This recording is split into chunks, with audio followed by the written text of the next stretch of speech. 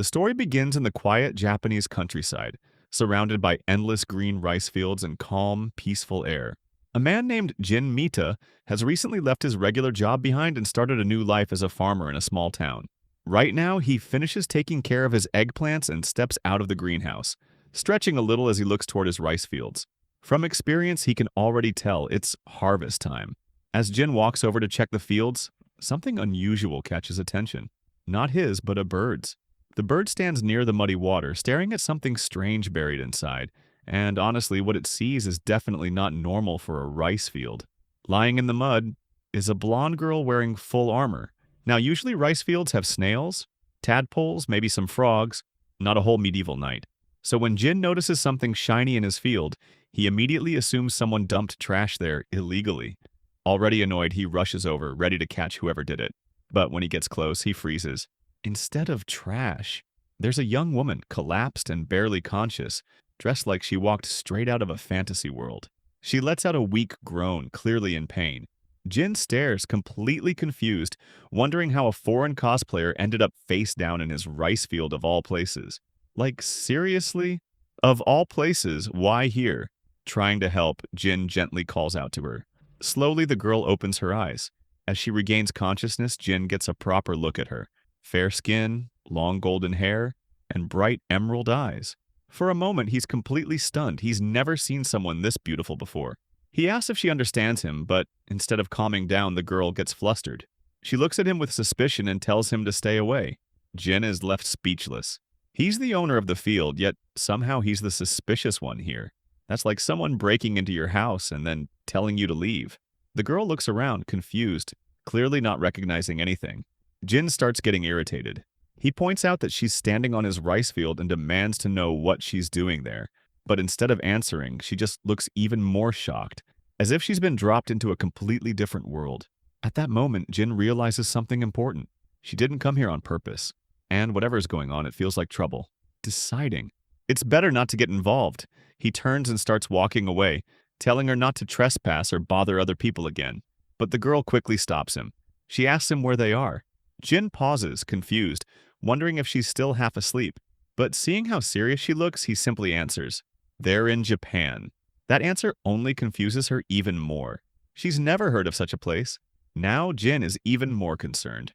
Something is definitely not right here. So he asks her name and where she came from.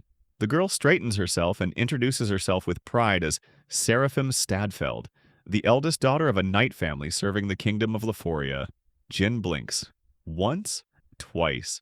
Yeah, he has absolutely no idea what she's talking about. He's never heard of any kingdom like that, and now he's starting to think she's just one of those hardcore role players who take things way too seriously, like anime fans who refuse to break character. Seraphim, however, is clearly offended. She cannot believe that a mere farmer is questioning her identity, let alone mocking her. From her perspective, her kingdom is powerful. Anyone should know it. As she tries to draw her sword to defend her honor, her body suddenly weakens. She wobbles, struggling to stay upright. It becomes clear that she hasn't been resting properly for days, maybe even longer. Her vision fades, and just like that, she collapses again. Jin watches her fall, sighing to himself. Leaving her under the blazing sun is obviously not an option. Even if she's strange, he's not heartless. So, with no other choice, he picks her up. Sometime later, Seraphim slowly opens her eyes again. This time, she wakes up to a peaceful scene. The sound of flowing water, rustling grass, and unfamiliar creatures echoing around her. It feels calm, almost too calm. She realizes Jin is carrying her. By the time they arrive at his home, a traditional Japanese house, Jin lets out a sigh of relief. He tells her they've reached his place and that she should rest.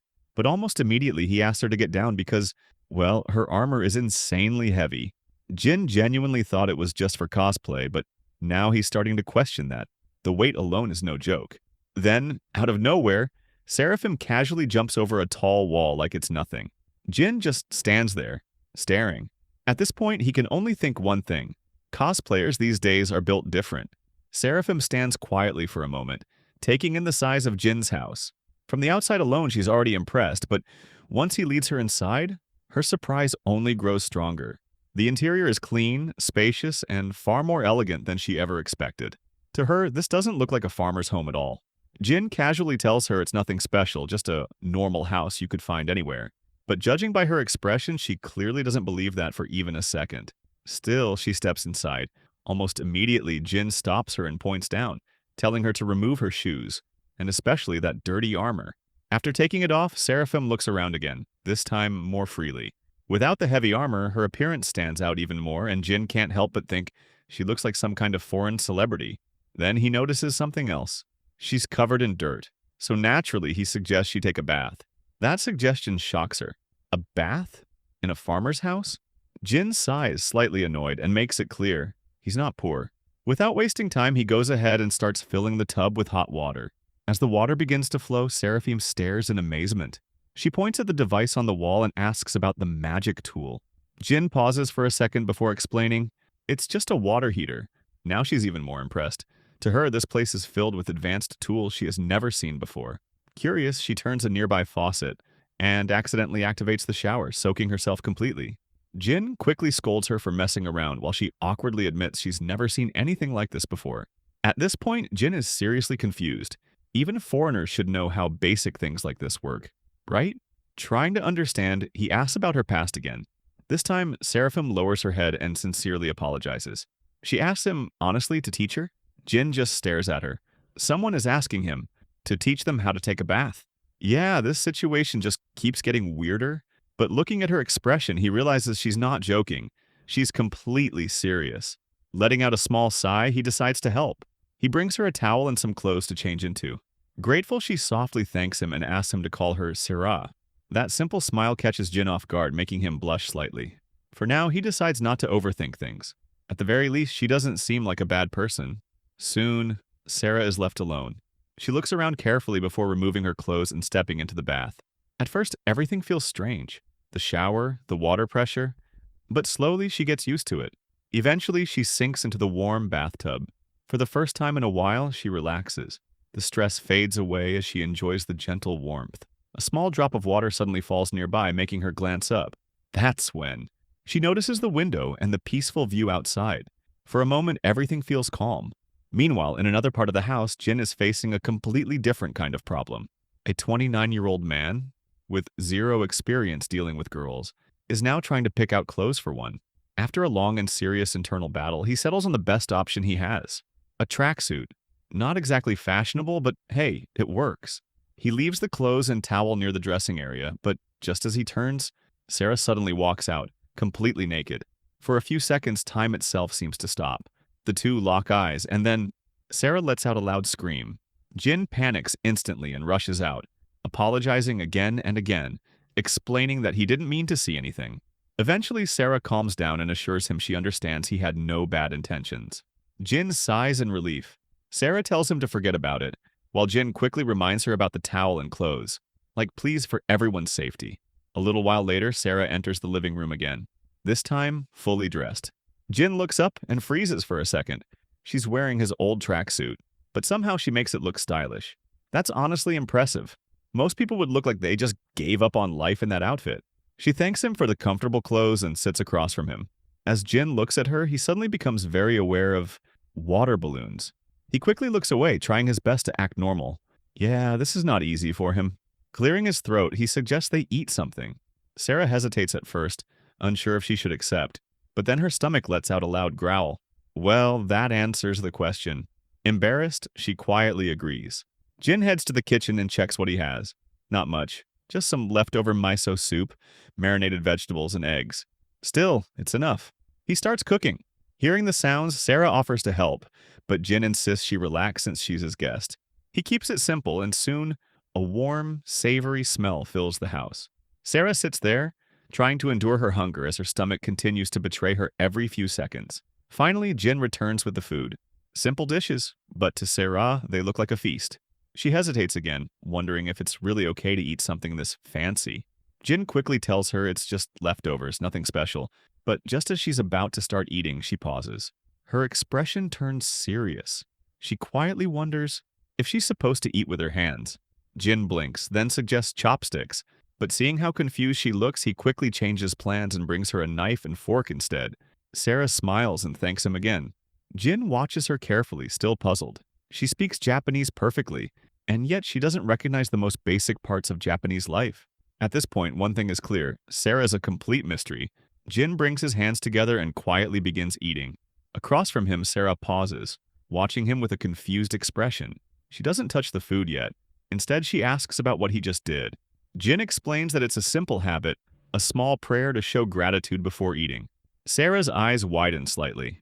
The idea surprises her, but she nods and carefully follows his example, copying his gesture before starting her meal. As she does, Jin can't help but notice her again. Even in his old tracksuit sitting at a simple table, she somehow looks unbelievably elegant. It's almost unfair. Sarah then points at the white grains in her bowl, asking what they are. Jin tells her it's rice, the same kind grown in fields like the one where she was found earlier. Curious, Sarah scoops up a small bite and tastes it. Her eyes light up instantly. She didn't expect something so simple to taste this good. Jin watches her reaction and feels oddly happy.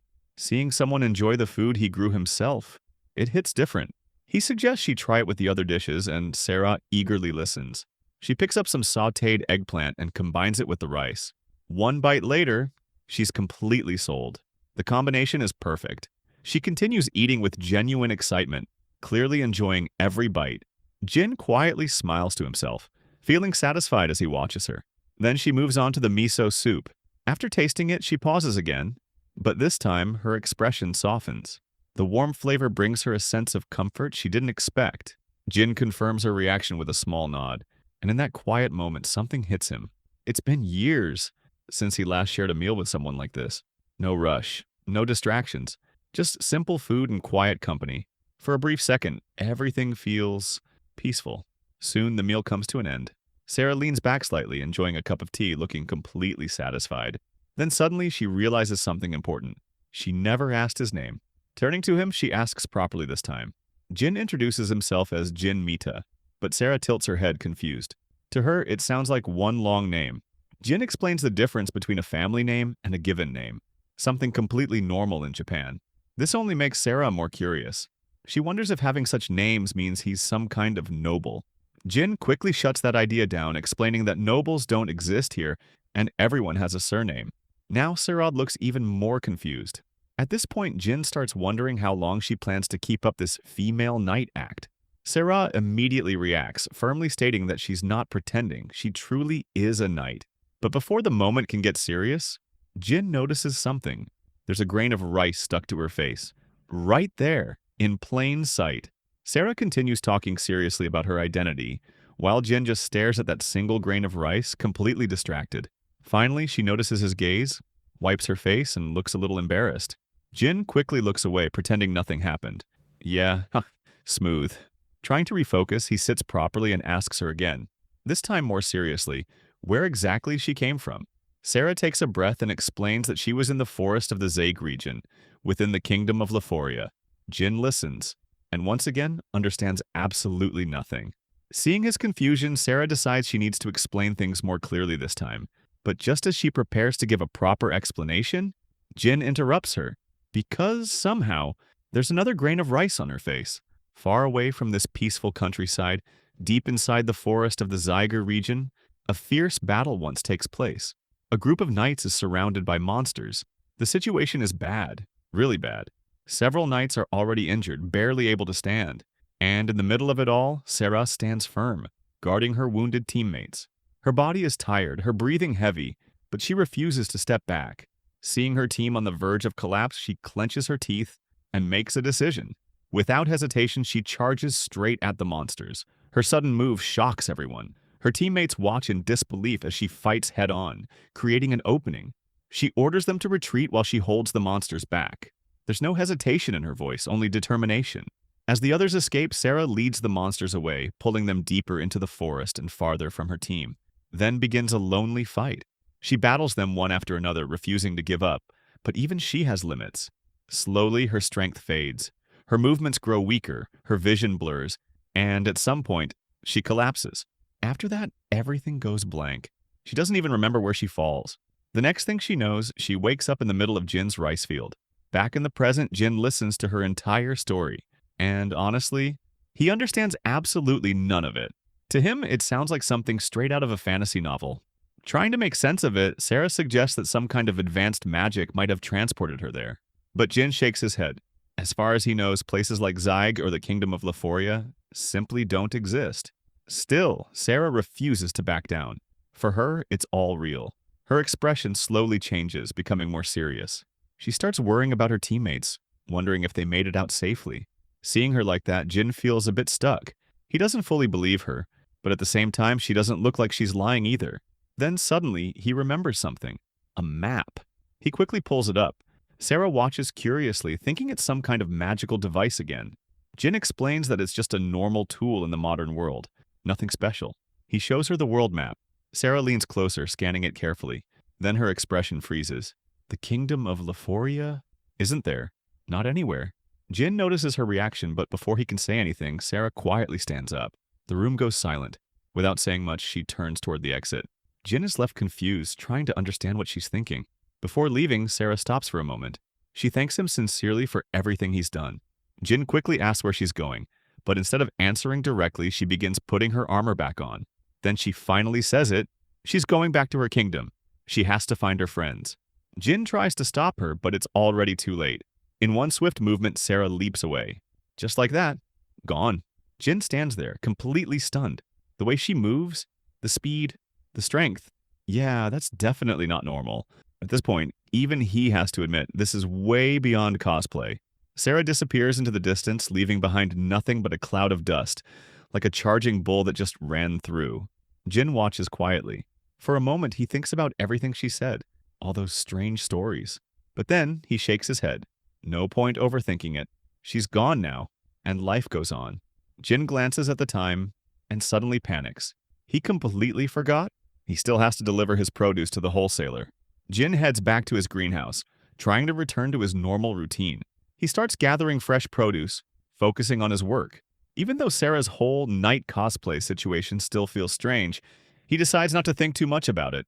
Better to just move on. But as he picks up a cucumber, something about it oddly reminds him of Sarah's sword. He pauses, stares at it for a second. Yeah, that's enough farming for today. He quickly shakes his head and tells himself to stop thinking about her. Because honestly, if vegetables are starting to remind him of swords, something is not right. As evening falls, Jin delivers his harvest to the wholesaler and begins driving back home. The sky darkens and the quiet road stretches ahead. But during the drive, he realizes something. Today has been exhausting, way more than usual. All he wants now is to go home, relax, and maybe enjoy a cold drink. Unfortunately, the universe has other plans. Suddenly, he slams the brakes. His car stops just in time to avoid hitting someone standing in the middle of the road. Annoyed, Jin rolls down the window, ready to scold the person. But then he sees who it is. Sarah. She stands there, completely still. Her expression is blank. But there's something else too. Sadness. Jin quickly parks the car and steps out. As he gets closer, he notices tears in her eyes. Sarah looks up and recognizes him. Jin asks if she managed to find what she was looking for. Quietly, she admits she couldn't find her kingdom. People nearby glance at her, clearly confused by her strange outfit and words. Jin notices this and agrees. It's not exactly a normal sight, but more importantly, he can see it. That sadness in her expression hasn't gone away. Remembering everything she told him earlier, Jin starts thinking, what if she wasn't lying? What if she really came from somewhere else? Sarah looks at him, confused, asking what he means. Jin takes a moment, then explains. He still finds her story hard to believe. It sounds impossible, but at the same time, her reactions, her confusion about basic things, the way she acts, it doesn't feel fake. So he says it. Maybe she really is from another world. For a moment, even saying it out loud sounds ridiculous. But somehow, it also makes sense. Sarah is surprised. She lets out a small, nervous laugh, struggling to accept it. The idea that she's been thrown into a completely different world feels unreal. Still, she can't deny it. Everything here is different. After a pause, she quietly thanks Jin for believing her. The two fall into an awkward silence. Then Jin clears his throat and suggests she come back to his house. It's already late and she has nowhere else to go. Sarah hesitates for a second, then agrees. Jin drives home with Sarah sitting in the back seat. The road is smooth and the car moves steadily through the quiet night. Sarah looks out the window, gazing at the unfamiliar sky above. Everything feels so far away. When they finally arrive, the atmosphere is calm again. Sarah seems a bit more composed now and decides to rest early. But even then, Jin notices something. She's holding herself together, trying not to show how confused and overwhelmed she really is. He can't help but admire that. Honestly, if he were in her position, he would have broken down hours ago. Not long after, Jin prepares some hot water and goes to check on her. But when he quietly looks in, he freezes. Sarah is sitting alone in a corner, crying. She tries her best to stay quiet, covering her face as tears fall nonstop. Jin watches for a moment, then slowly steps back. He doesn't say anything. He just gives her space. Sometimes that's all someone needs. Heading back to the kitchen, Jin decides to do something he can do. He starts preparing food for the next day. As he works, he remembers how much Sarah enjoyed the miso soup earlier, how it seemed to comfort her. So he decides to make something similar. He marinates fish with salted soy sauce and koji, preparing a simple but warm meal. Nothing fancy, but made with care. He recalls how grateful Sarah was earlier, even for something so basic. That thought makes him smile a little. He knows he can't solve her situation. He can't send her back to her world, but at the very least, he can make sure she eats well. So he plans a proper Japanese-style breakfast, something to recharge her, even just a little. Morning arrives quietly. Sarah slowly opens her eyes, her hair a complete mess. For a moment, she looks confused.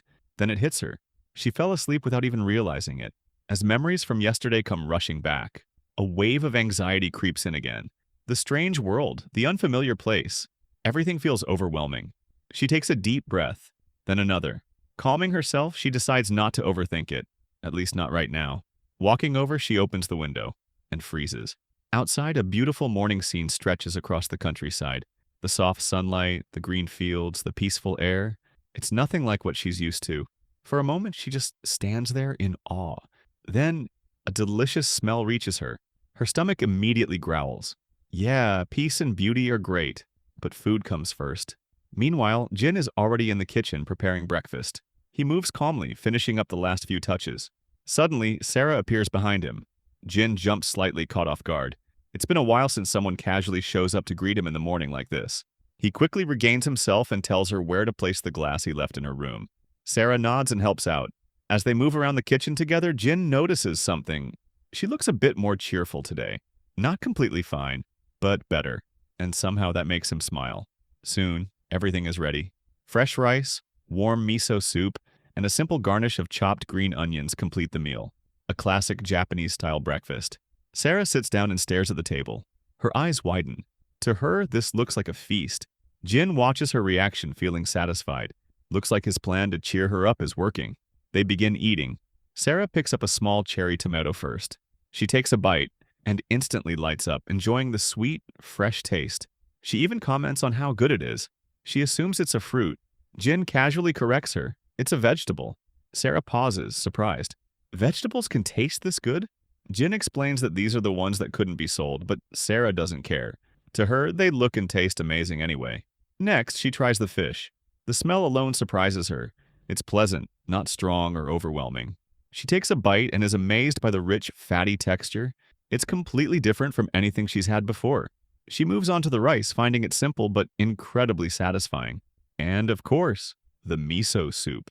The moment she tastes it, her expression softens again. It's warm, soothing, and comforting, just like before. Then she mentions something interesting. She's never eaten fish that doesn't have a strong smell. Jin raises an eyebrow and explains that this one is salmon. He then asks if they eat fish in her world too. Sarah nods and explains. They have a fish called a donko. It's common and cheap, but it has a muddy, raw smell that never really goes away. Jin listens carefully and immediately understands. Yeah, that does not sound appetizing. Just imagining it is enough. For a second, he finds the idea of an otherworldly fish kind of interesting. But then Sarah suddenly groans. Her face twists into discomfort. She looks embarrassed. Turns out she's struggling to eat the salmon properly. Using a fork to handle fish is harder than she expected. Jin nods in agreement. Honestly, even for him, eating fish neatly can be tricky sometimes. So, yeah, no judgment here. As a knight, Sarah feels embarrassed. Struggling with something as simple as eating fish makes her lower her gaze in shame. But Jin doesn't make a big deal out of it. Instead, he calmly takes her plate. Using his chopsticks, he carefully separates the salmon into smaller, easier pieces. Problem solved. Well, but not exactly, because Sarah isn't even looking at the fish anymore. Her full attention is locked onto Jin's chopsticks. Jin notices and decides to teach her. He starts by showing the basic hand position, explaining how to hold them properly. To Sarah, the whole thing feels strange and unnatural, but she listens seriously and tries to copy him. Surprisingly, she gets the hang of it. At least holding them isn't the problem. Using them is a whole different story. When she tries to pick up the fish, it doesn't go very well. So Jin suggests starting with something easier like cucumbers. Sarah nods and tries again. This time she successfully picks one up. Victory. But just as she brings it toward her mouth, it slips and falls. Jin bursts out laughing. Sarah pouts instantly, clearly not amused.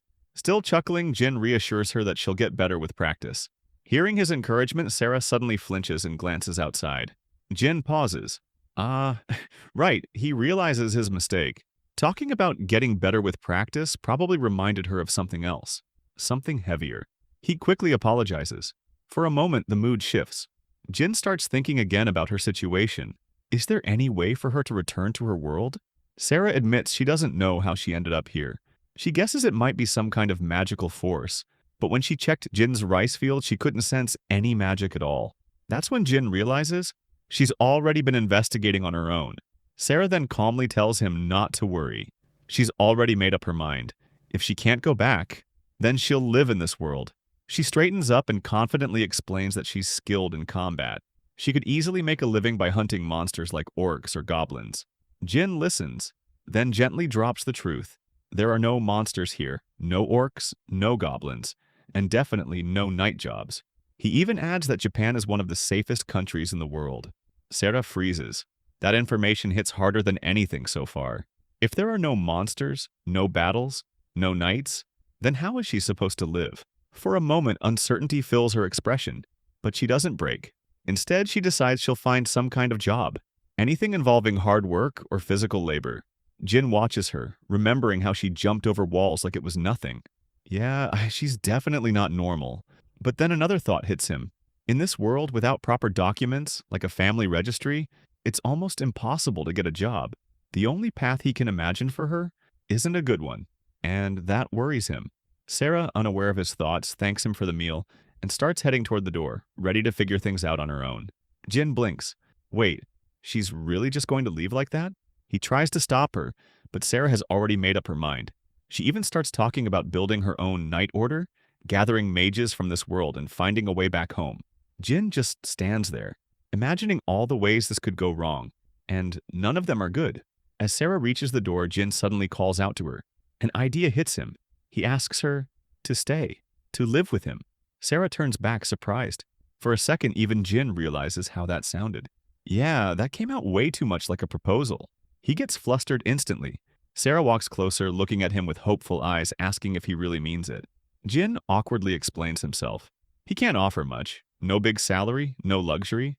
The work will be tough, mostly farm labor. Sarah doesn't even hesitate.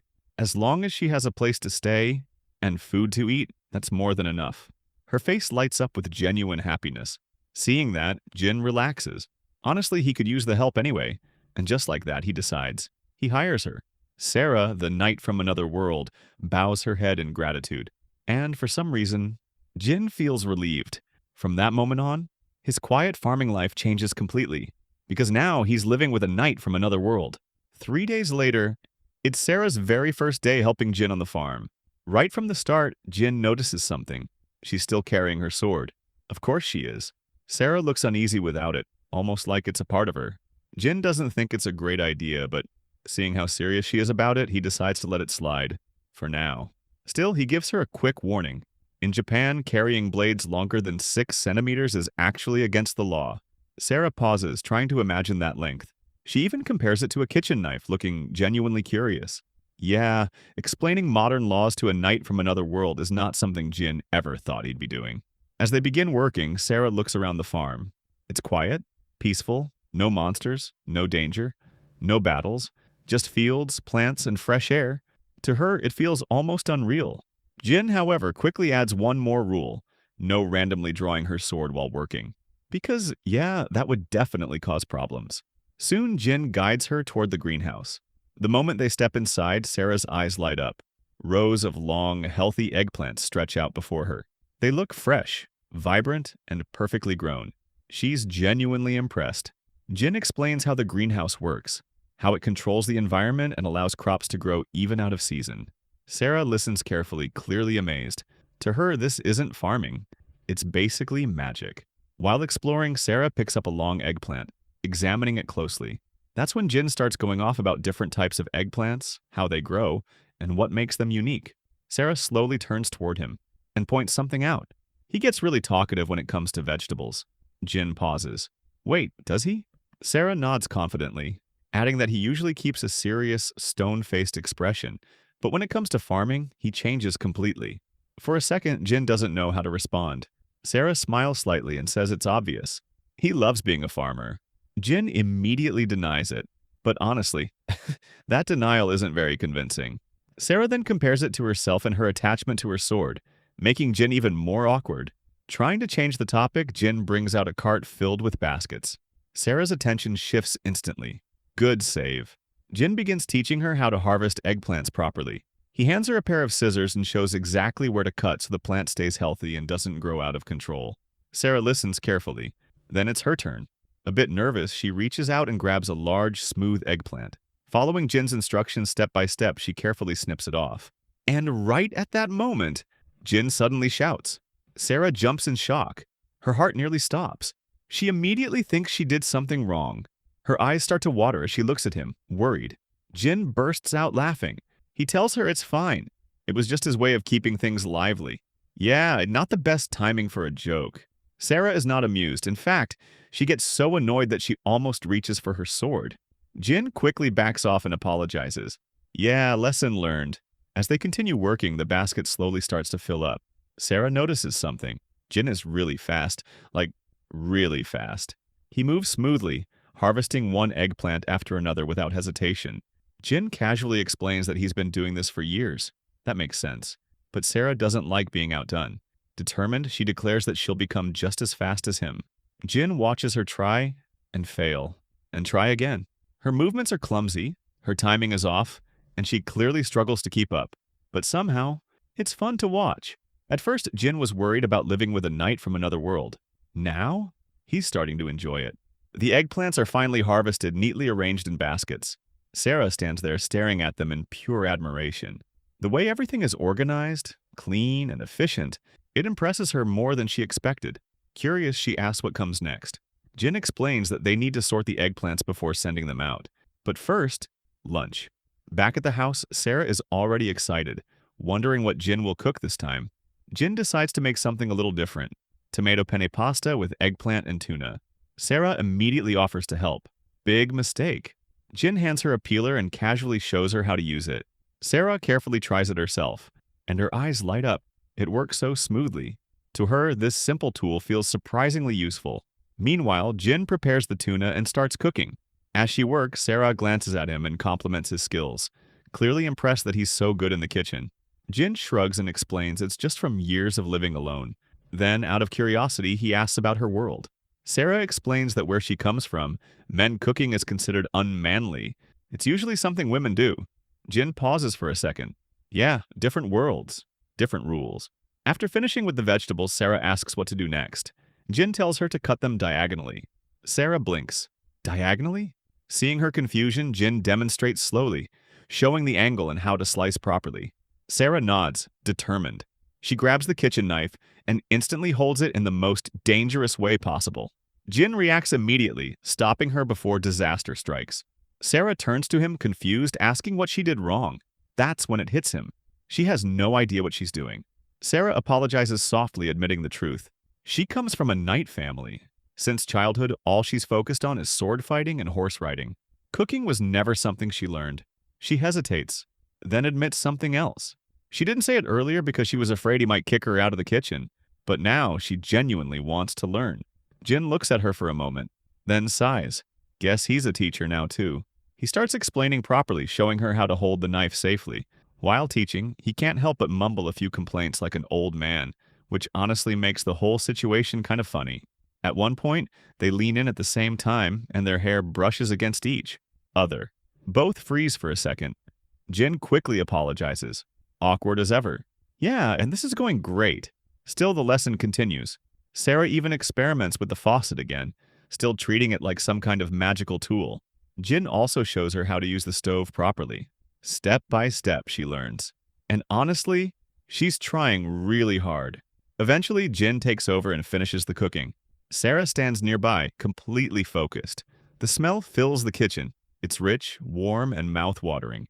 By the time the dish is ready, Sarah's eyes are shining. They sit down and, as usual, express their gratitude before eating. Sarah picks up a slice of eggplant with her fork. Her heart is pounding a little. She still remembers how amazing it smelled while cooking. She takes a bite and immediately puts the whole piece in her mouth, even though it's hot. Yeah, patience is not her strong point, but the moment she tastes it, her face lights up with pure joy. The flavor is rich and satisfying. She moves on to the pasta and enjoys that just as much. After taking a sip of water, she excitedly declares it amazing. Jin explains how the tomato sauce pairs well with the tuna, keeping things simple. Sarah, however, focuses on something else. The eggplant. She praises it, saying it tastes incredible. Jin pauses. For a moment, he just looks at her. Then he quietly explains that this is his job. Growing vegetables, harvesting them, and sending them to supermarkets. Usually he never hears what people think after that. No feedback, no reactions. So hearing her say that actually means something. He tries to thank her. But Sarah, already halfway through her plate, immediately asks for more. Yeah, emotional moment ruined. Still, Jin can't help but smile. Meanwhile, at a small candy store, an elderly woman chats with a young girl named Kaho. She mentions hearing a rumor that Jin has married a foreign woman. Kaho freezes, then instantly denies it. No way that's true. The old woman tilts her head, confused. She swears she heard someone say they saw Jin walking around with a blonde girl recently. At the same time, somewhere else, a group of schoolgirls finished their classes. Among them is Alice Hojo, the youngest of the group. Curious, she asks her two friends if the rumor is true. She heard it from her mom and aunt. Meguru and Katori exchange a glance. Then both firmly shake their heads. There's no way. Absolutely no way. Right? Not long after hearing the rumor, Katori slows down, looking a bit unsure. She wonders out loud if it's really okay to suddenly show up at Jin's house like this. Meguru immediately sees through her. It's not just concern. Katori is curious too. With a small smile, Meguru reminds her that they've already come this far. Plus, Alice suggested visiting as well, right? At this point, turning back would just feel weird. And just like that, the two head straight to Jin's house. They arrive quickly and call out to him, but no response. They look at each other, confused. Where could he have gone this early in the morning? Meanwhile, in a completely different place, Jin stands there, staring in disbelief. Because right in front of him, Sarah is on top of a roof, fixing tiles like it's completely normal. Jin's brain just stops working for a second. Nearby, a woman named Minori calls out cheerfully to Sarah, while Sarah casually responds that her husband Jin seems worried. That single word, husband, hits very differently for both Jin and Minori. Jin nearly short-circuits. Sarah, realizing the situation, tries to explain, but before she can, Jin walks straight toward her, completely overwhelmed. Standing beside Minori is her husband Shigeru, quietly watching everything unfold like it's some kind of drama show. Now let's rewind a bit. About 2 hours earlier, Sarah heads out for her usual morning walk. To her, it's important to stay in shape. Jin, however, is a bit worried. Still, Sarah confidently tells him she needs to learn the area, just in case monsters ever appear. Jin doesn't even argue anymore. He just tells her to come back before work starts. Simple enough. Except, she doesn't come back. Time passes. Jin starts getting concerned. He heads out to look for her, wondering where she could have gone. He even remembers teaching her how to read a clock.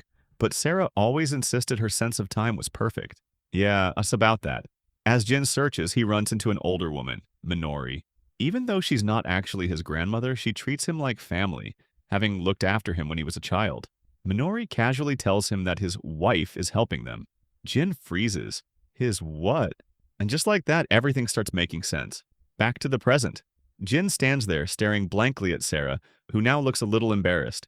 He glances up at the roof. It's perfectly fixed. Clean work. He slowly looks back at her.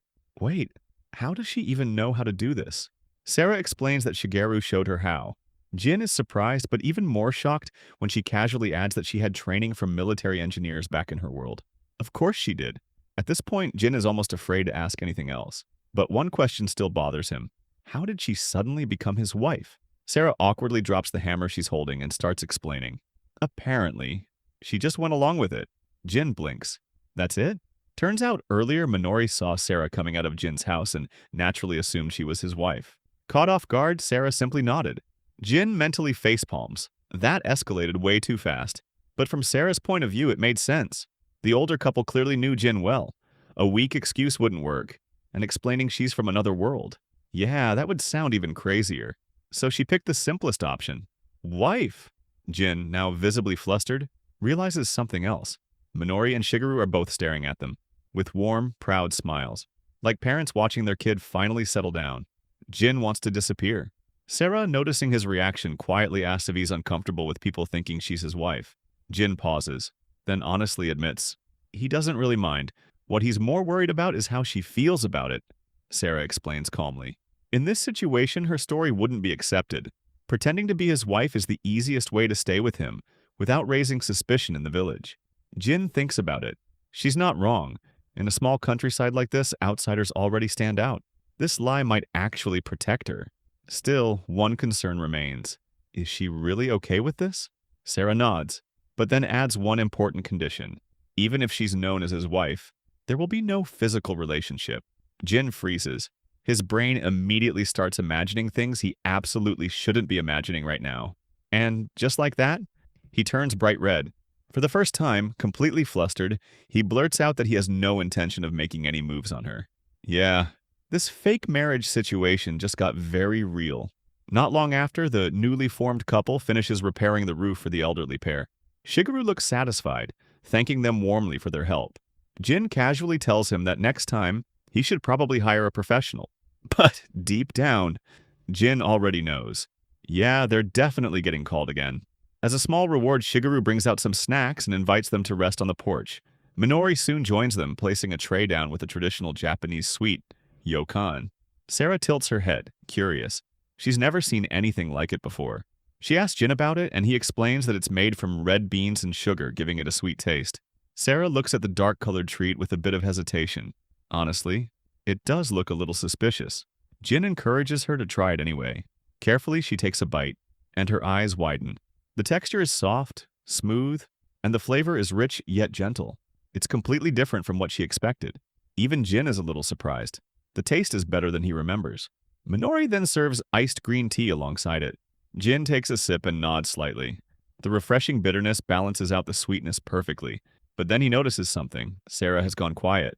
He glances over and sees her completely absorbed in the food, looking genuinely happy. She quickly declares how delicious it is and goes in for another bite. This time she comments on the soft, mild sweetness. It's not overwhelming, just right. She explains that sweets in her world are much heavier, covered in thick sugar, to the point where one bite is enough for most people. Jin remembers that Japan used to have similar overly sweet candies too. Minori smiles warmly, happy that Sarah is enjoying the treat. She offers her more. Sarah freezes for a second, then lights up with excitement, asking if it's really okay. And just like that, she happily moves closer to Minori. At the same time, Shigeru leans toward Jin and quietly comments that Minori seems to be enjoying her time with Sarah. Jin watches the scene and notices something. Sarah is basically being won over with sweets, hook, line, and sinker. Shigeru suddenly grins and says Jin managed to find himself a wonderful wife. Minori immediately agrees. Jin stiffens. He knows this is all just part of the act, a way to make Sarah's presence seem normal. So he goes along with it. He casually replies that Sarah is a good wife. Honestly, almost too good for him. Across from him, Sarah starts nervously shaking her glass. Jin notices, and now he's flustered too. Wait, wasn't she supposed to be okay with this? The older couple, clearly enjoying themselves, lean in and ask the next big question. Where did he meet her? Jin freezes. Yeah, there's no way he's answering that. Without missing a beat, he suddenly stands up and tells Sarah it's time to head home. Smooth escape. Meanwhile, in a nearby store, Kaho scrolls through her phone. Her brother seems to be going crazy over the rumor that Jin has a wife. She laughs at his reaction, but then her expression slowly changes. Because now, she's curious too. Just who exactly is Jin's wife? The scene opens with Jin finishing his harvest, gathering everything he needs from the field. He looks at the heavy baskets and quietly debates how he is going to carry all of them to the work table without breaking his back. Before he can figure it out, Sarah steps in. With no effort at all, she lifts the baskets like they weigh nothing. Jin just stands there, staring. It finally hits him. Magic is not just real, it is completely unfair. He thanks her, a little amazed, a little jealous. The work is done much faster than he expected. Sarah explains that on Earth, magic comes from something called a magical organ. It strengthens the body and allows people to do things that should not be possible. Jin immediately wonders if he can use magic too. Sarah shuts that idea down instantly. No magical organ, no magic. Simple as that. Jin's shoulders drop. He was already imagining growing vegetables at lightning speed. Now that dream disappears just as quickly. Sarah, on the other hand, looks relieved. She seems glad that his big ambition with magic was farming. Right then, someone suddenly shouts Jin's name from outside. Sarah stiffens, thinking it might be an enemy attack. Jin, however, recognizes the voice immediately. The door swings open and a loud, rough-looking guy walks in like he owns the place. Jin looks annoyed. At least use the doorbell. The man turns out to be Kato, Jin's childhood friend. He heard a rumor that Jin somehow got married, and clearly he could not stay away. He grabs Jin's shoulder and jokes that he thought Jin would stay single forever. Honestly, fair assumption. Before Jin can respond, Sarah walks out from the kitchen. Her bright presence instantly changes the mood. Kaito freezes, completely caught off guard. Jin introduces them. Kaito struggles to process what he is seeing. A beautiful woman appearing out of nowhere, and somehow she is Jin's wife? Jin casually says he picked her up from his rice field. That does not help. Sarah notices the doubt on Kaito's face. Without hesitation, she grabs Jin's arm and boldly declares that they are deeply in love. Both men are stunned. Then she quietly whispers to Jin that she is just trying to make it believable. Kaito looks defeated, but then he notices something else. Jin actually looks relaxed, even happy. Kaito smiles a little and wonders if maybe farming is not such a bad life after all. Suddenly, another voice cuts in. A girl calls out Kaito's name, clearly annoyed. She complains about being left alone to handle the shop. When she steps inside, she stops mid-sentence after seeing Sarah. She is impressed. Very impressed. Sarah politely introduces herself, and after apologizing for her earlier tone, the girl introduces herself as Kaho. The two girls stare at each other for a moment, as if they instantly click for some reason. Meanwhile, Kaito tries to stick around longer, curious about Sarah, but Kaho quickly reminds him that their candy store still exists and needs attention. Sarah gets interested when she hears about the shop, asking questions with genuine curiosity. While Kaito explains, Kaho quietly pulls Jin aside. Jin notices her hesitant expression and starts to worry. He assumes she might have figured out that Sarah is not really his wife. His mind races, trying to come up with an explanation that makes even a little sense. Kaho leans in closer. Jin braces himself, but instead of anything serious, she drops a completely unexpected comment. She points out that Sarah is not wearing any undergarments. Jin freezes. Out of all the possibilities, this was not even on the list. Kaho looks slightly disgusted and questions Jin's taste, wondering what kind of person just allows that without saying anything. Jin stands there, speechless, because, honestly, there is no good answer to that. Jin tries to explain the situation, saying there is a complicated reason behind everything. He admits he was planning to talk to Sarah about it, but she is still new to Japan and not really ready to go shopping on her own. Kaho suggests something obvious. Jin could have just gone with her. Then she pauses and realizes, yeah, that might be awkward. A guy buying women's underwear is not exactly a comfortable mission, so she quickly decides she will go with Sarah instead. Jin feels immediate relief. Finally, a problem solved. But of course, nothing comes for free. Kaho turns to him and asks for a favor in return. Jin gets nervous right away and warns her not to pick anything expensive. Fair. Very fair. Not long after, Kaito and Kaho head back home to take care of their candy store, leaving Jin and Sarah alone again. Jin then tells Sarah they're going out to buy her some clothes. Sarah looks confused. She honestly thinks what she is wearing is perfectly fine. Jin gently explains that he has other things to buy anyway, so they can just get her clothes at the same time. Simple logic. Sarah watches him for a moment and quietly thinks that he is actually a really kind person. A little later, while she is playing around in the bath, Sarah finishes up and steps out, only to find Jin waiting. He tells her that Kaho has already arrived to pick them up. Sarah is surprised, but then something else catches her attention. Jin is wearing different clothes. She pauses, staring at him. Jin notices and casually explains that he usually wears simple or work clothes, nothing special. He even suggests getting similar clothes for her. Kaho shows up soon after, and this time, Jin takes the driver's seat. Kaho, however, looks a bit concerned. She points out Sarah's sword, clearly not something you see every day. Jin quickly brushes it off, saying it is just a tradition from her country, basically a decorative item. Smooth answer. Questionable, but smooth. They all get into the car and Sarah is instantly amazed. The whole thing feels new to her. Kaho helps her with the seatbelt, guiding her like it is the most normal thing in the world. Then, out of nowhere, Kaho casually guesses Sarah's size. Jin almost chokes on the spot. Some conversations really do not need to happen in a moving car. As Jin starts driving, Kaho keeps chatting with Sarah, explaining things along the way. Sarah looks outside, completely fascinated by the passing fields and scenery. She leans closer to the window, trying to take it all in. Jin notices and rolls the window down. The sudden rush of wind surprises her at first, but then she smiles, enjoying the cool breeze like a kid experiencing it for the first time. Jin glances at her again, clearly distracted. For a moment, he is completely taken by how beautiful she looks. Kaho immediately calls him out and tells him to focus on the road. Probably a good idea.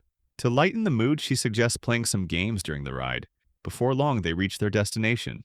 Kaho steps out excited, already thinking about the store she wants to visit. But Sarah does not move. She just stands there, staring. In front of her is a massive shopping mall, far bigger than anything she expected. Her eyes widen as she tries to take it all in. At one point, she even mistakes a model in a giant advertisement for the owner of the place. Honestly, with how big the building is, that guess almost makes sense. As soon as Sarah steps inside the shopping mall, she freezes. Her eyes widen as she looks around at the huge space, bright lights, and endless stores. For a moment, she genuinely wonders if they somehow traveled to a big city. Jin quickly reassures her. No, this is still just a countryside town, which somehow makes it even crazier. Kaho notices Sarah's reaction and casually asks if this is her first time in a place like this. Jin jumps in fast, making up a story about Sarah growing up somewhere very remote. He then asks Kaho to guide her since she does not know much about these things. Kaho agrees without hesitation. Jin quietly feels impressed. That was smooth teamwork. Meanwhile, Sarah continues to look around in awe. The decorations, the lights, everything feels magical to her. At one point, she even starts wondering if there are mages on Earth too. Then she spots a statue. She stares at it with respect, assuming it must be some great hero. Jin takes one look and realizes, yeah, that is just Colonel Sanders. He quickly grabs her and pulls her away before things get any more confusing. When Kaho returns, she tells them the clothing store is on the 3rd floor and suggests using the escalator. Sarah watches it carefully, clearly trying to hide how amazed she is. Jin notices and explains how it works. At the same time, he realizes something else. People keep staring at Sarah, and honestly, it is not hard to see why. When they reach the 3rd floor, Sarah finally mentions it. She feels like everyone has been looking at her. Kaho confirms it has been happening since they entered the mall. Sarah gets a little confused. Other women are wearing stylish clothes while she is dressed pretty simply. Kaho agrees the tracksuit is not exactly fashionable, then suddenly realizes the real reason. It is the sword. Of course it is the sword. Trying to handle the situation carefully, Kaho brings up Sarah's traditions and suggests they buy her some modern clothes. That way she can blend in more easily. Sarah looks surprised, then grateful. She thanks Kaho in a very formal way, almost like a samurai. Kaho pauses for a second, clearly noticing that. Jin, on the other hand, just smiles. He is glad they are getting along. He knows there are many things he cannot do for Sarah, so having Kaho around helps a lot.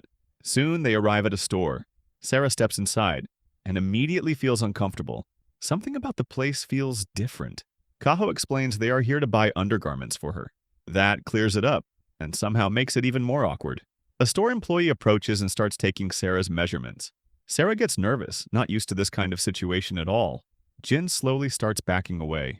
Sarah notices and looks confused. Jin explains that men are not really supposed to stay in places like this. Sarah looks a little down. Jin understands how she feels, but there is not much he can do. Kaho quickly comes up with a solution. She tells Jin to sit on a bench right outside so Sarah can still see him. That way, she will feel more at ease. Jin hesitates. Sitting outside a store like that? Yeah, it might look a bit suspicious. Kaho reminds him to think of it as helping his wife. That line hits.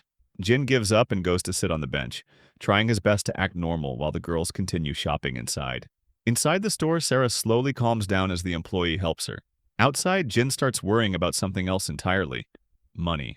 Because judging by how things are going, this shopping trip is not going to be cheap. To make things worse, he can hear bits of conversation from inside. Discussions about sizes, styles, and choices drift out, making him more and more uncomfortable. Then the employee starts checking things more carefully and the noise level rises. Jin just sits there, staring into space, questioning his life decisions. This day really took a turn he did not expect. Not long after the girls wrap up their shopping in the undergarment store, Sarah steps out looking excited, almost impressed by how useful something so simple can be. She even apologizes when Kaho jokingly says the shopkeeper might have influenced her a bit too much. Kaho quickly moves on to the next mission: casual clothes. The moment Jin hears that, his wallet quietly starts panicking. He suddenly realizes something important. Sarah came here with nothing. No extra clothes, no basics, nothing at all. This is about to get expensive. Kaho, however, takes the lead. She decides to find good quality clothes that are not too pricey, so Sarah does not feel bad about it. Great plan for Sarah. Terrible news for Jin. At the next store, Kaho goes all out. She keeps handing Sarah different outfits, making her try one after another. She praises Sarah's figure, which only leads to more outfits being added to the pile. Jin watches from the side, slowly losing peace of mind. Each new outfit feels like another hit to his savings. In the end, Sarah only picks a few items, clearly trying to hold back because she does not want to burden Jin. Kaho insists it is just the bare minimum. Jin looks at the two huge shopping bags. Bare minimum? Sure. Meanwhile, Sarah is already thinking about how she can repay him with her future work. Jin suggests they move on and buy only the essentials now, hoping to limit the damage. But Kaho quickly reminds him that she still has her share in all of this. That does not sound good. Before Jin can recover, the trio walks into a luxury brand store. Kaho looks excited.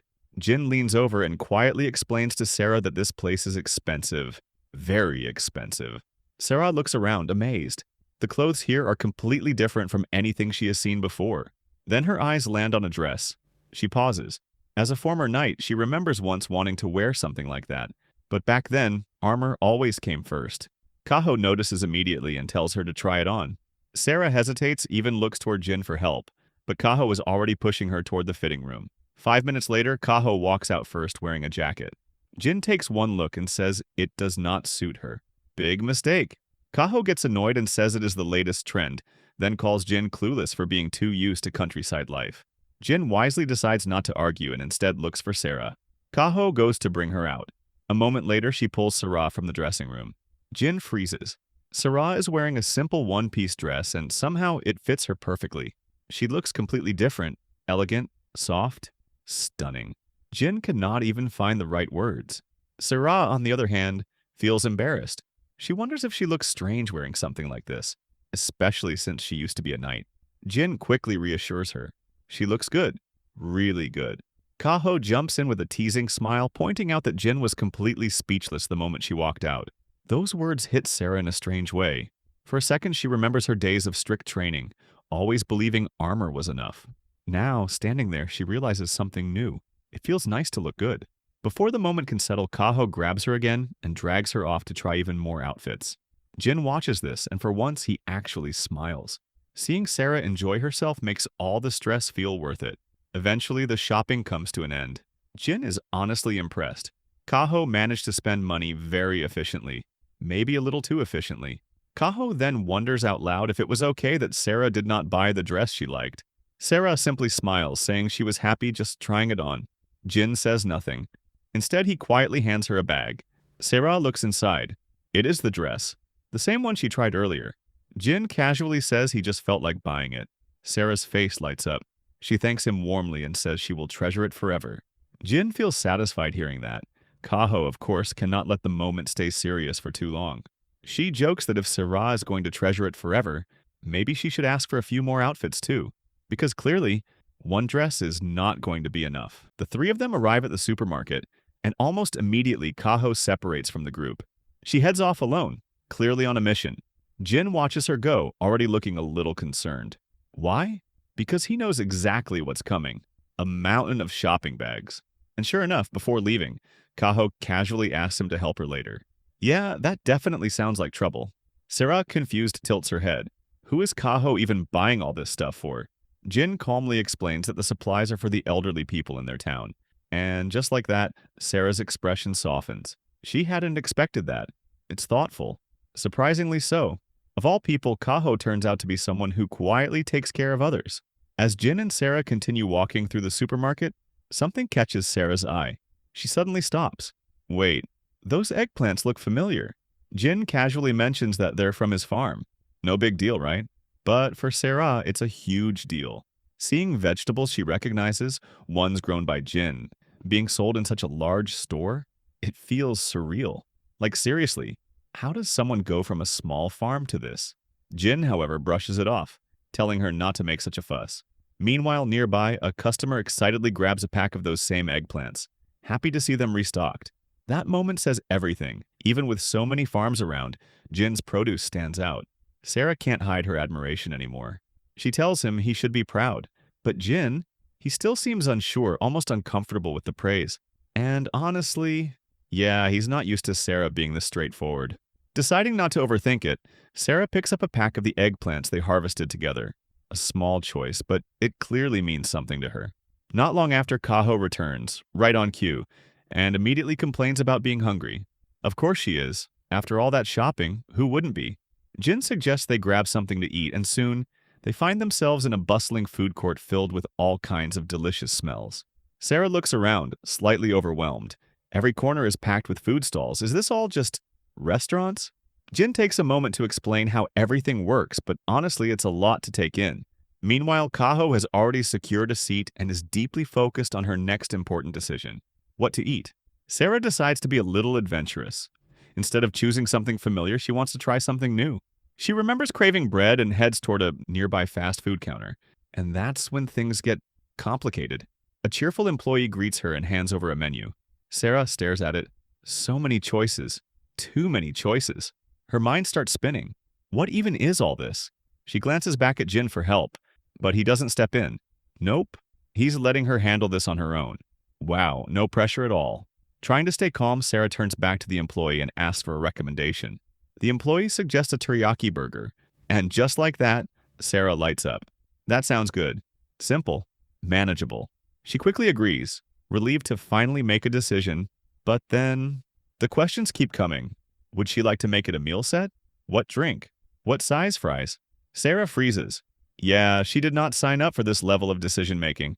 She fumbles through her response, mumbling something unclear, and somehow ends up ordering a full meal set anyway. At this point, she just goes along with it. Jin watches from a distance, clearly noticing her struggle. Honestly, it's almost painful to watch, but also kind of funny. About 5 minutes later, Sarah finally gets her food, and surprisingly, she seems happy. She's even a little impressed by the idea of meal sets. Meanwhile, Kaho calls them over. She's already finished eating. And what did she have? A massive bowl of tempura shrimp? Of course she did. Jin sets down his chilled udon noodles, prepares the dipping sauce, and starts eating. Loudly. Slurping and all. Sarah pauses. Is that normal? Kaho quickly reassures her that this is actually the proper way to eat udon. Apparently, the louder, the better. Yeah, that's definitely new. Then it hits Jin. Sarah has never tried udon before. Kaho immediately suggests sharing some with her. Sarah hesitates. Wait, sharing? With the same chopsticks?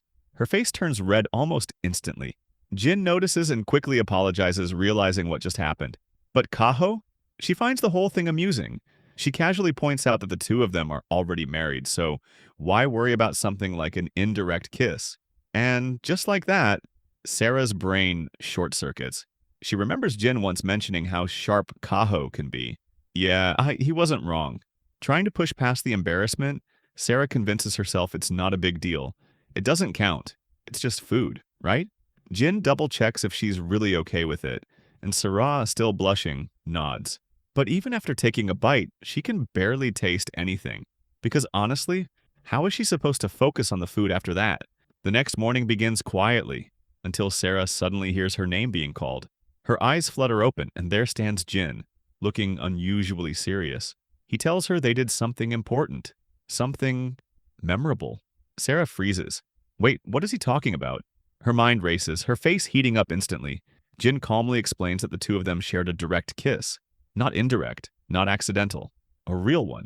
Sarah immediately pushes back, insisting it only happened to avoid Kaho's suspicion. Nothing more, nothing less. But Jin doesn't let it go that easily. He says if they're going to do it, they should do it properly this time. And for some reason, he brings out udon noodles as if that explains everything. And then, he leans closer, trying to feed her. Yeah, this is getting way too intense. Suddenly, everything snaps. Sarah jolts awake. It's a dream. Jin rushes into the room, startled by her reaction, asking what just happened. Sarah, still half-dazed, blurts out something about udon noodles. Jin just stares at her. Udon?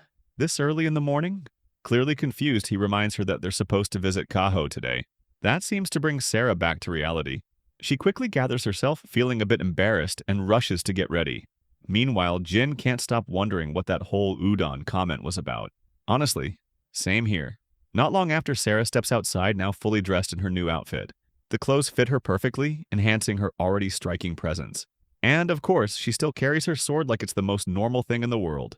Jin pauses for a moment. She looks stunning. Sarah notices his reaction and immediately asks if something is wrong. Jin quickly shakes it off, telling her everything looks normal. That answer seems to calm her down. With that, the two begin walking toward Kaho's house. The morning air feels fresh and peaceful. Sarah quietly admires the scenery, taking in the calm surroundings. Meanwhile, Jin's mind drifts toward his usual farm work, enjoying the comfortable temperature. Everything feels calm, maybe a little too calm. Suddenly, Sarah's expression changes. She spots something moving in the trees nearby and instantly goes on alert. Without hesitation, she grabs Jin, and the next thing he knows, he's being carried through the air by her. Yeah, just a normal morning, apparently. Jin, now airborne at the age of 29, can't help but question his life choices. What exactly is she reacting to? Sarah lands and immediately draws her sword, preparing for battle as something approaches from the bushes. The tension builds, the leaves rustle, and then a small green frog hops out. That's it, just a frog. Sarah, however, calls it by name, something that sounds far more dangerous than it actually is. Jin tries to explain that it's not a monster, just a regular animal, but Sarah isn't convinced. To her, this is absolutely a threat. Jin lightly taps her on the head, trying to bring her back to reality. He points out that they're literally standing on a sidewalk. Not exactly monster territory. Sarah hesitates, still unsure. In her world, frogs aren't harmless. They grow up to 5 meters tall. They swallow people and livestock whole. Yeah, that's not something you just forget. She even recalls a mission where she struggled against one of those creatures. The memory clearly unsettles her. Jin notices the shift in her expression. So this isn't just fear, it's trauma. He gently reassures her that frogs here are completely harmless. No giant monsters, no danger. Just small, jumping creatures. He also reminds her to keep her powers hidden. After all, this isn't her world. Right on cue, a nearby frog croaks. Sarah flinches instantly. Okay, maybe she's not fully convinced yet. She suggests they move on quickly, clearly wanting to avoid any more encounters. But Jin decides to have a little fun. He walks over and pokes the frog. Of course he does. The frog suddenly jumps, and that's all it takes. Sarah completely panics. Her legs give out as the frogs start hopping around, and she looks like she's about to face a life-or-death battle. Jin bursts into laughter, unable to hold it in. He even jokingly wonders how she would survive working in rice fields filled with frogs. Bad idea. Very bad idea. Sarah's expression sharpens instantly. Without hesitation, she pulls out her sword and offers to demonstrate exactly how she deals with frog monsters in her world. And just like that, the situation flips. Jin realizes he may have pushed things too far. So, what does he do? He runs. Fast. The couple finally arrives at the small sweet shop, and the moment they step in, the Oba siblings greet them with bright, welcoming smiles. The atmosphere feels warm, almost nostalgic. Sarah's eyes light up instantly when she sees Kaho. Before she can even react, Kaho pulls her into a tight hug, holding her like a cherished pet. She happily admits that just being around Sarah melts all her stress away. And honestly, yeah, she doesn't even try to hide it. Jin watches quietly, noticing just how close the two have become. Kaho then takes a step back and admires Sarah's outfit. It's the same clothes they picked out together, but somehow, Sarah makes them look effortlessly stylish. Kaho can't help but feel a little jealous. Like seriously, how does someone make simple clothes look that good?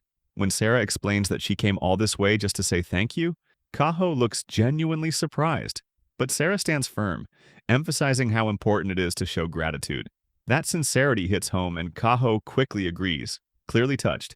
At that moment, Kaido joins them and proudly introduces the shop. Jin casually mentions that they only came to thank Kaho, but Sarah's attention has already shifted. The store. Something about it pulls her in. Curious, she steps inside with the others while Kaho lingers outside for a moment. And the second Sarah enters, she's amazed. Shelves are packed with colorful sweets of all kinds. Bright wrappers, different shapes, endless choices. It feels like a treasure trove. Kaito explains that these candies used to cost only 10 yen, making them affordable for kids. Jin helps Sarah understand by comparing it to the burger she bought earlier. Suddenly, it clicks. These sweets are cheap. Really cheap. Sarah is surprised. In her mind, something this fun should cost more. But Kaido explains that most of their customers are children, so keeping prices low is important. Then, with a nostalgic smile, Kaido brings up an old memory. He recalls going on a candy hunting adventure with Jin, searching for rare and interesting treats. Apparently, Jin has a soft spot for a certain snack with regional and seasonal flavors. Yeah, I didn't see that coming. Intrigued, Jin suggests that Sarah try one. But then, he pulls out a 10,000 yen bill. Everyone freezes. Sarah stares at it, wide-eyed. Is she really allowed to spend that much on candy? Jin calmly explains that it's her money, her payment. She can use it however she wants, especially when he's not around. That's when it hits her, her first paycheck. Sarah's expression changes completely. There's excitement, disbelief, and a quiet sense of pride all mixed together. Without hesitation, she uses it to buy a snack Kaido recommended. Kaido also encourages Jin to pick something, and Jin, smiling softly, gives in. For a brief moment, he's taken back to his childhood, sharing simple joys like this with Kaido. Not long after, Sarah looks down at the pile of sweets she's collected. Her face shows pure happiness. It's a small moment, but it feels big to her. Jin wonders what she'll try first. Sarah chooses a sour gumball. Of all things, she goes for the risky one. Jin raises an eyebrow, and Kaido suddenly suggests turning it into a game. Sarah looks confused, clearly unfamiliar with the idea. So Kaido explains. 3 candies. One of them is extremely sour. The goal is simple. Figure out who got the sour one. But there's a twist. No reactions allowed. Whoever keeps the best poker face wins. Sounds easy, right? Yeah, not really. The 3 of them each take a gumball and pop it into their mouths. For a moment, everything is still. Jin and Kaido remain completely calm. But Sarah, her face twitches. Her eyes widen slightly. She tries to hold it in, really tries, but it's obvious. Pain. Pure, sour pain. Within seconds, Kaido points her out as the one who got the sour candy. Game over. Sarah blinks in shock, realizing she failed instantly. So much for keeping a straight face. At least now she knows she's terrible at this game. But before the moment can settle, something unexpected happens. A group of girls, Meguru, Katori, and Alice, suddenly appear. They stop in their tracks the moment they see Jin and Sarah together. Their eyes widen. Whispers turn into excitement. So it's true, the rumored couple. Without wasting a second, the girls rush in, surrounding them with questions. Their curiosity is overwhelming, their energy impossible to ignore. Jin immediately senses trouble. Yeah, this is getting out of hand fast. Without hesitation, he quietly signals to Sarah. It's time to leave. Jin tries to leave quietly, but the girls are not letting this go so easily. Not a chance. They surround him and Sarah, their curiosity burning stronger than ever. They've heard the rumors, and now they're face to face with his wife. Sarah gets hit with a wave of questions from all directions. Who is she? When did this happen? Is it really true? The energy is overwhelming, almost like an interrogation. Jin steps in, clearly annoyed, telling them to back off. But Katori quickly explains that everyone is just shocked. After all, the quiet, antisocial Jin suddenly getting married? Yeah, that's not exactly normal. Jin pauses. Wait, how many people even know about this? His mind immediately jumps to the elderly couple. Just how much have they been sharing? The situation starts to irritate him. So instead of arguing, he does something unexpected. He pulls out a 500 yen coin. The girls freeze. And just like that, he hands it over, telling them to use it for candy. No arguments, no hesitation. Then he walks away. Problem solved. Honestly, that worked way too easily. As they step away, Jin feels a strange sense of relief. Bribing kids might not be the most noble solution, but hey, it gets the job done. Kaito watches the whole thing and thanks Jin for always supporting the shop. As a small gesture, he hands him a bottle of Ramoon. Jin accepts it, but Kaito quickly makes one thing clear. It's not free. Yeah, of course it isn't.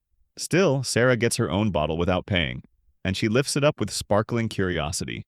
The glass bottle, the marble inside, the clear, fizzy liquid, it all fascinates her.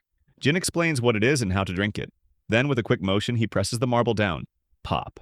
The sound echoes softly. Sarah's eyes widen. That alone amazes her. Carefully, she copies him, pushing the marble into her own bottle. She watches it closely, almost mesmerized. Then a thought crosses her mind. Can the marble be taken out afterward? Before she can figure it out, Kaito suddenly appears again, explaining the design and how the marble works.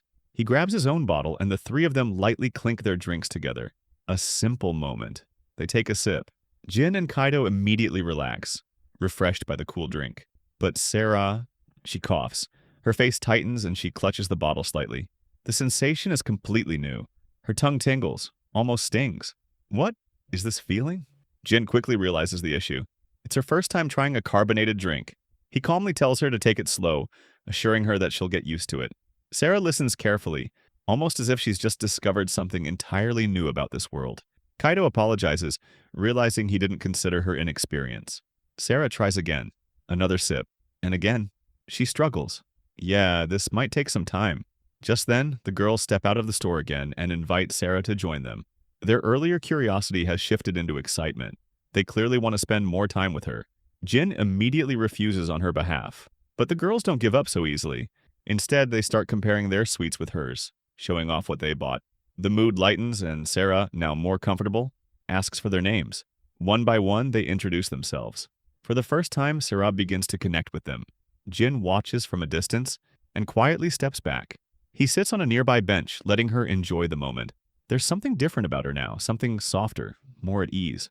Meanwhile, the girls excitedly chat about candy, laughing and comparing flavors. Kaido glances at the scene and smiles.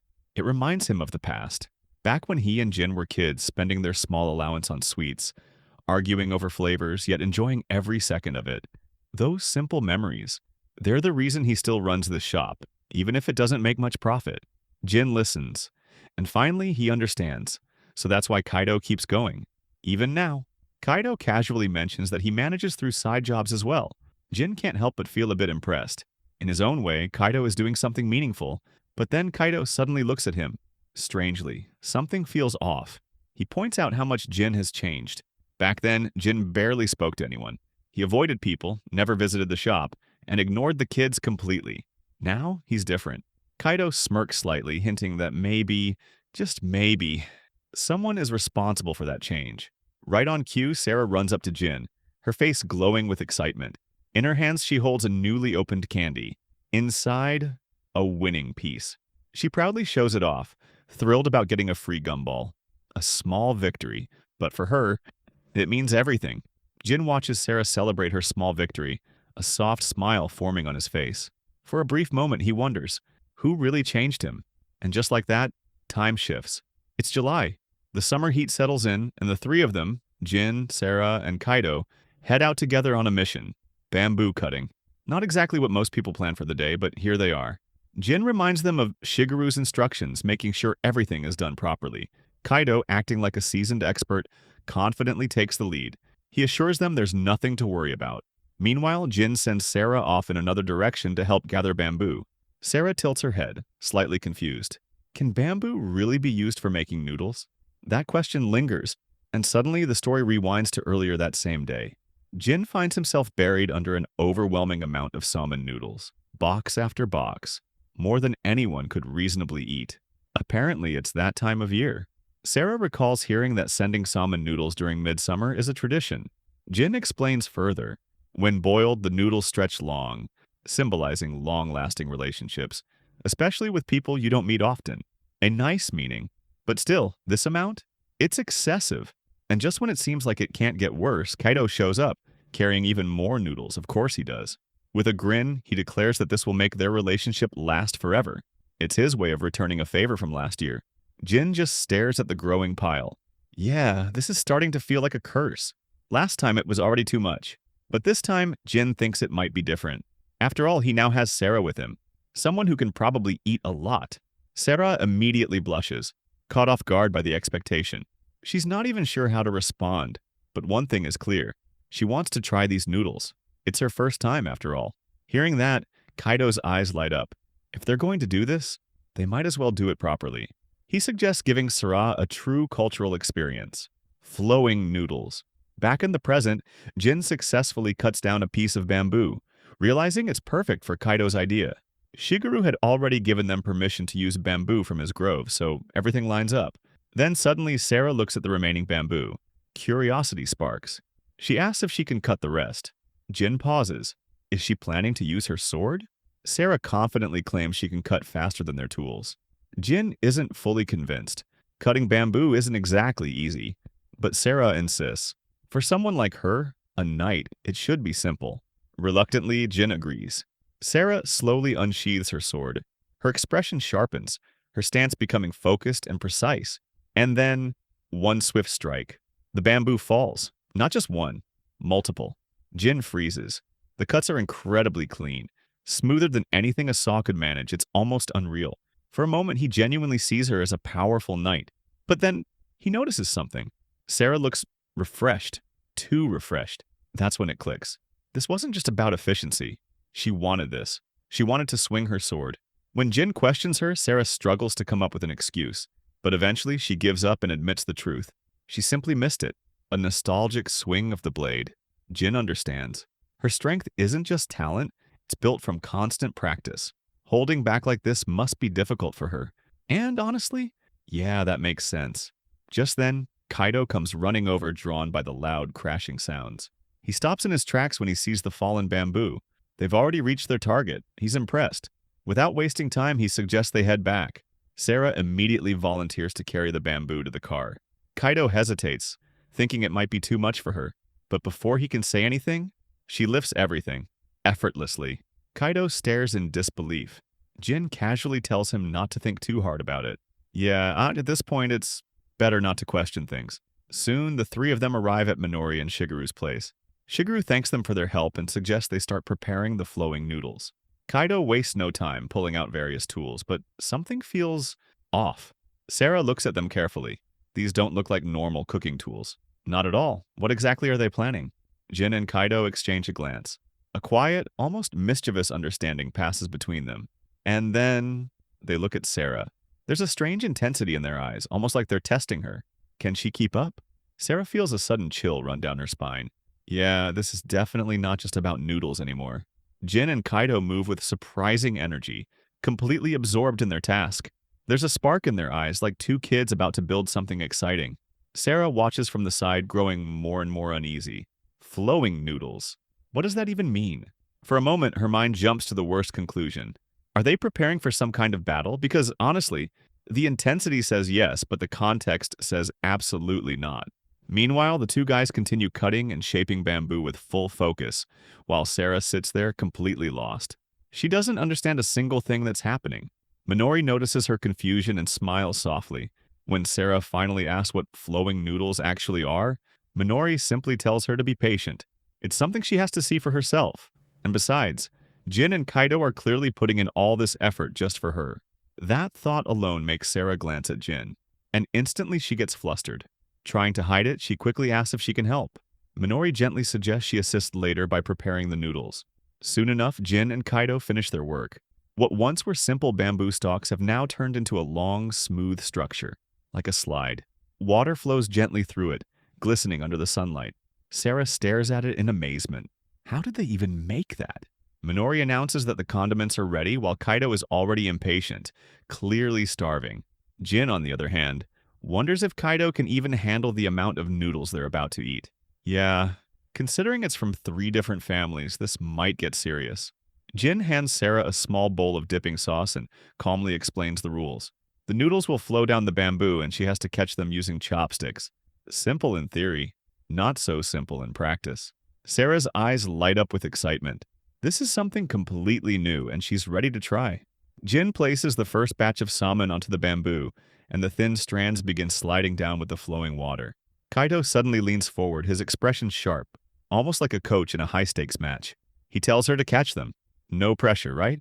Sarah quickly reacts, using her chopsticks to grab a few strands. It's clumsy, uneven, but she manages something. Jin reassures her that it's fine. She's still learning. Minori adds that there's plenty more, while Kaito is already asking for seconds like he's been doing this his whole life. Sarah keeps trying. Again. And again.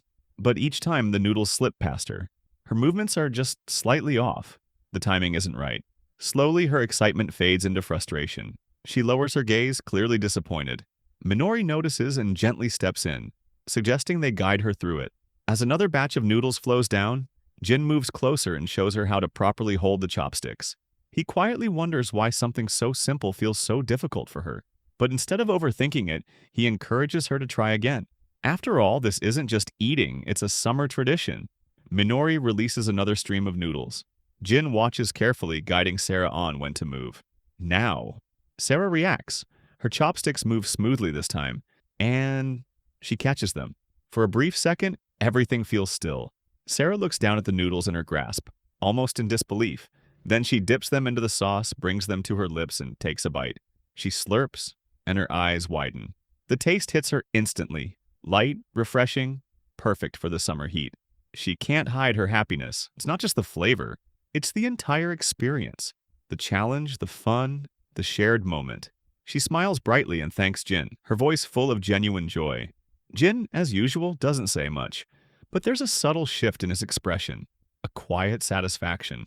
Kaido quickly snaps him out of it, reminding him to eat before everything disappears. And just like that, the mood shifts again. Sarah, now full of confidence, shows off her improved skills, catching noodles with ease.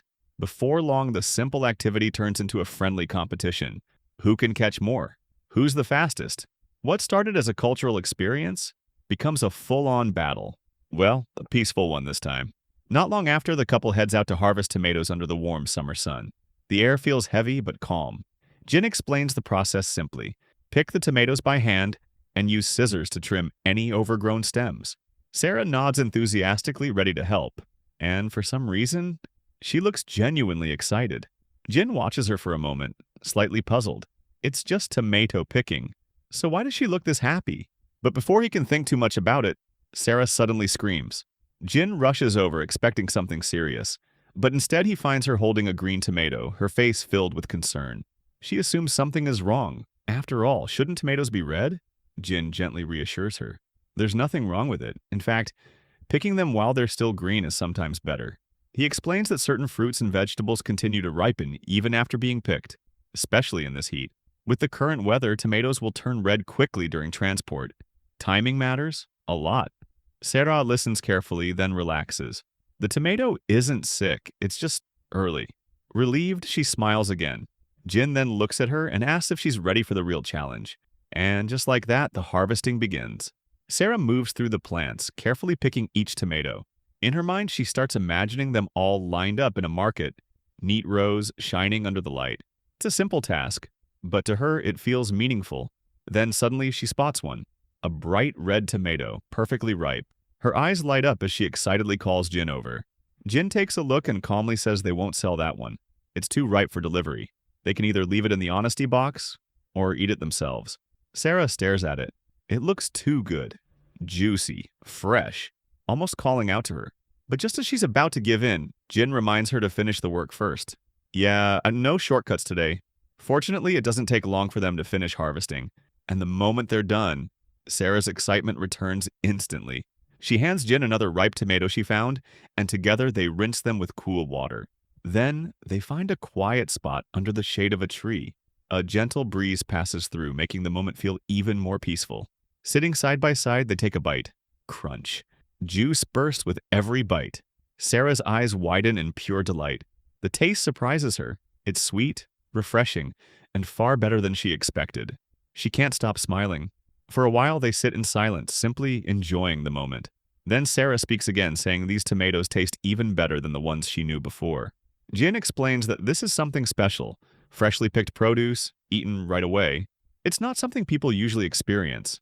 It's one of the simple joys of countryside life. And now, Sarah understands. That's why it tastes so good.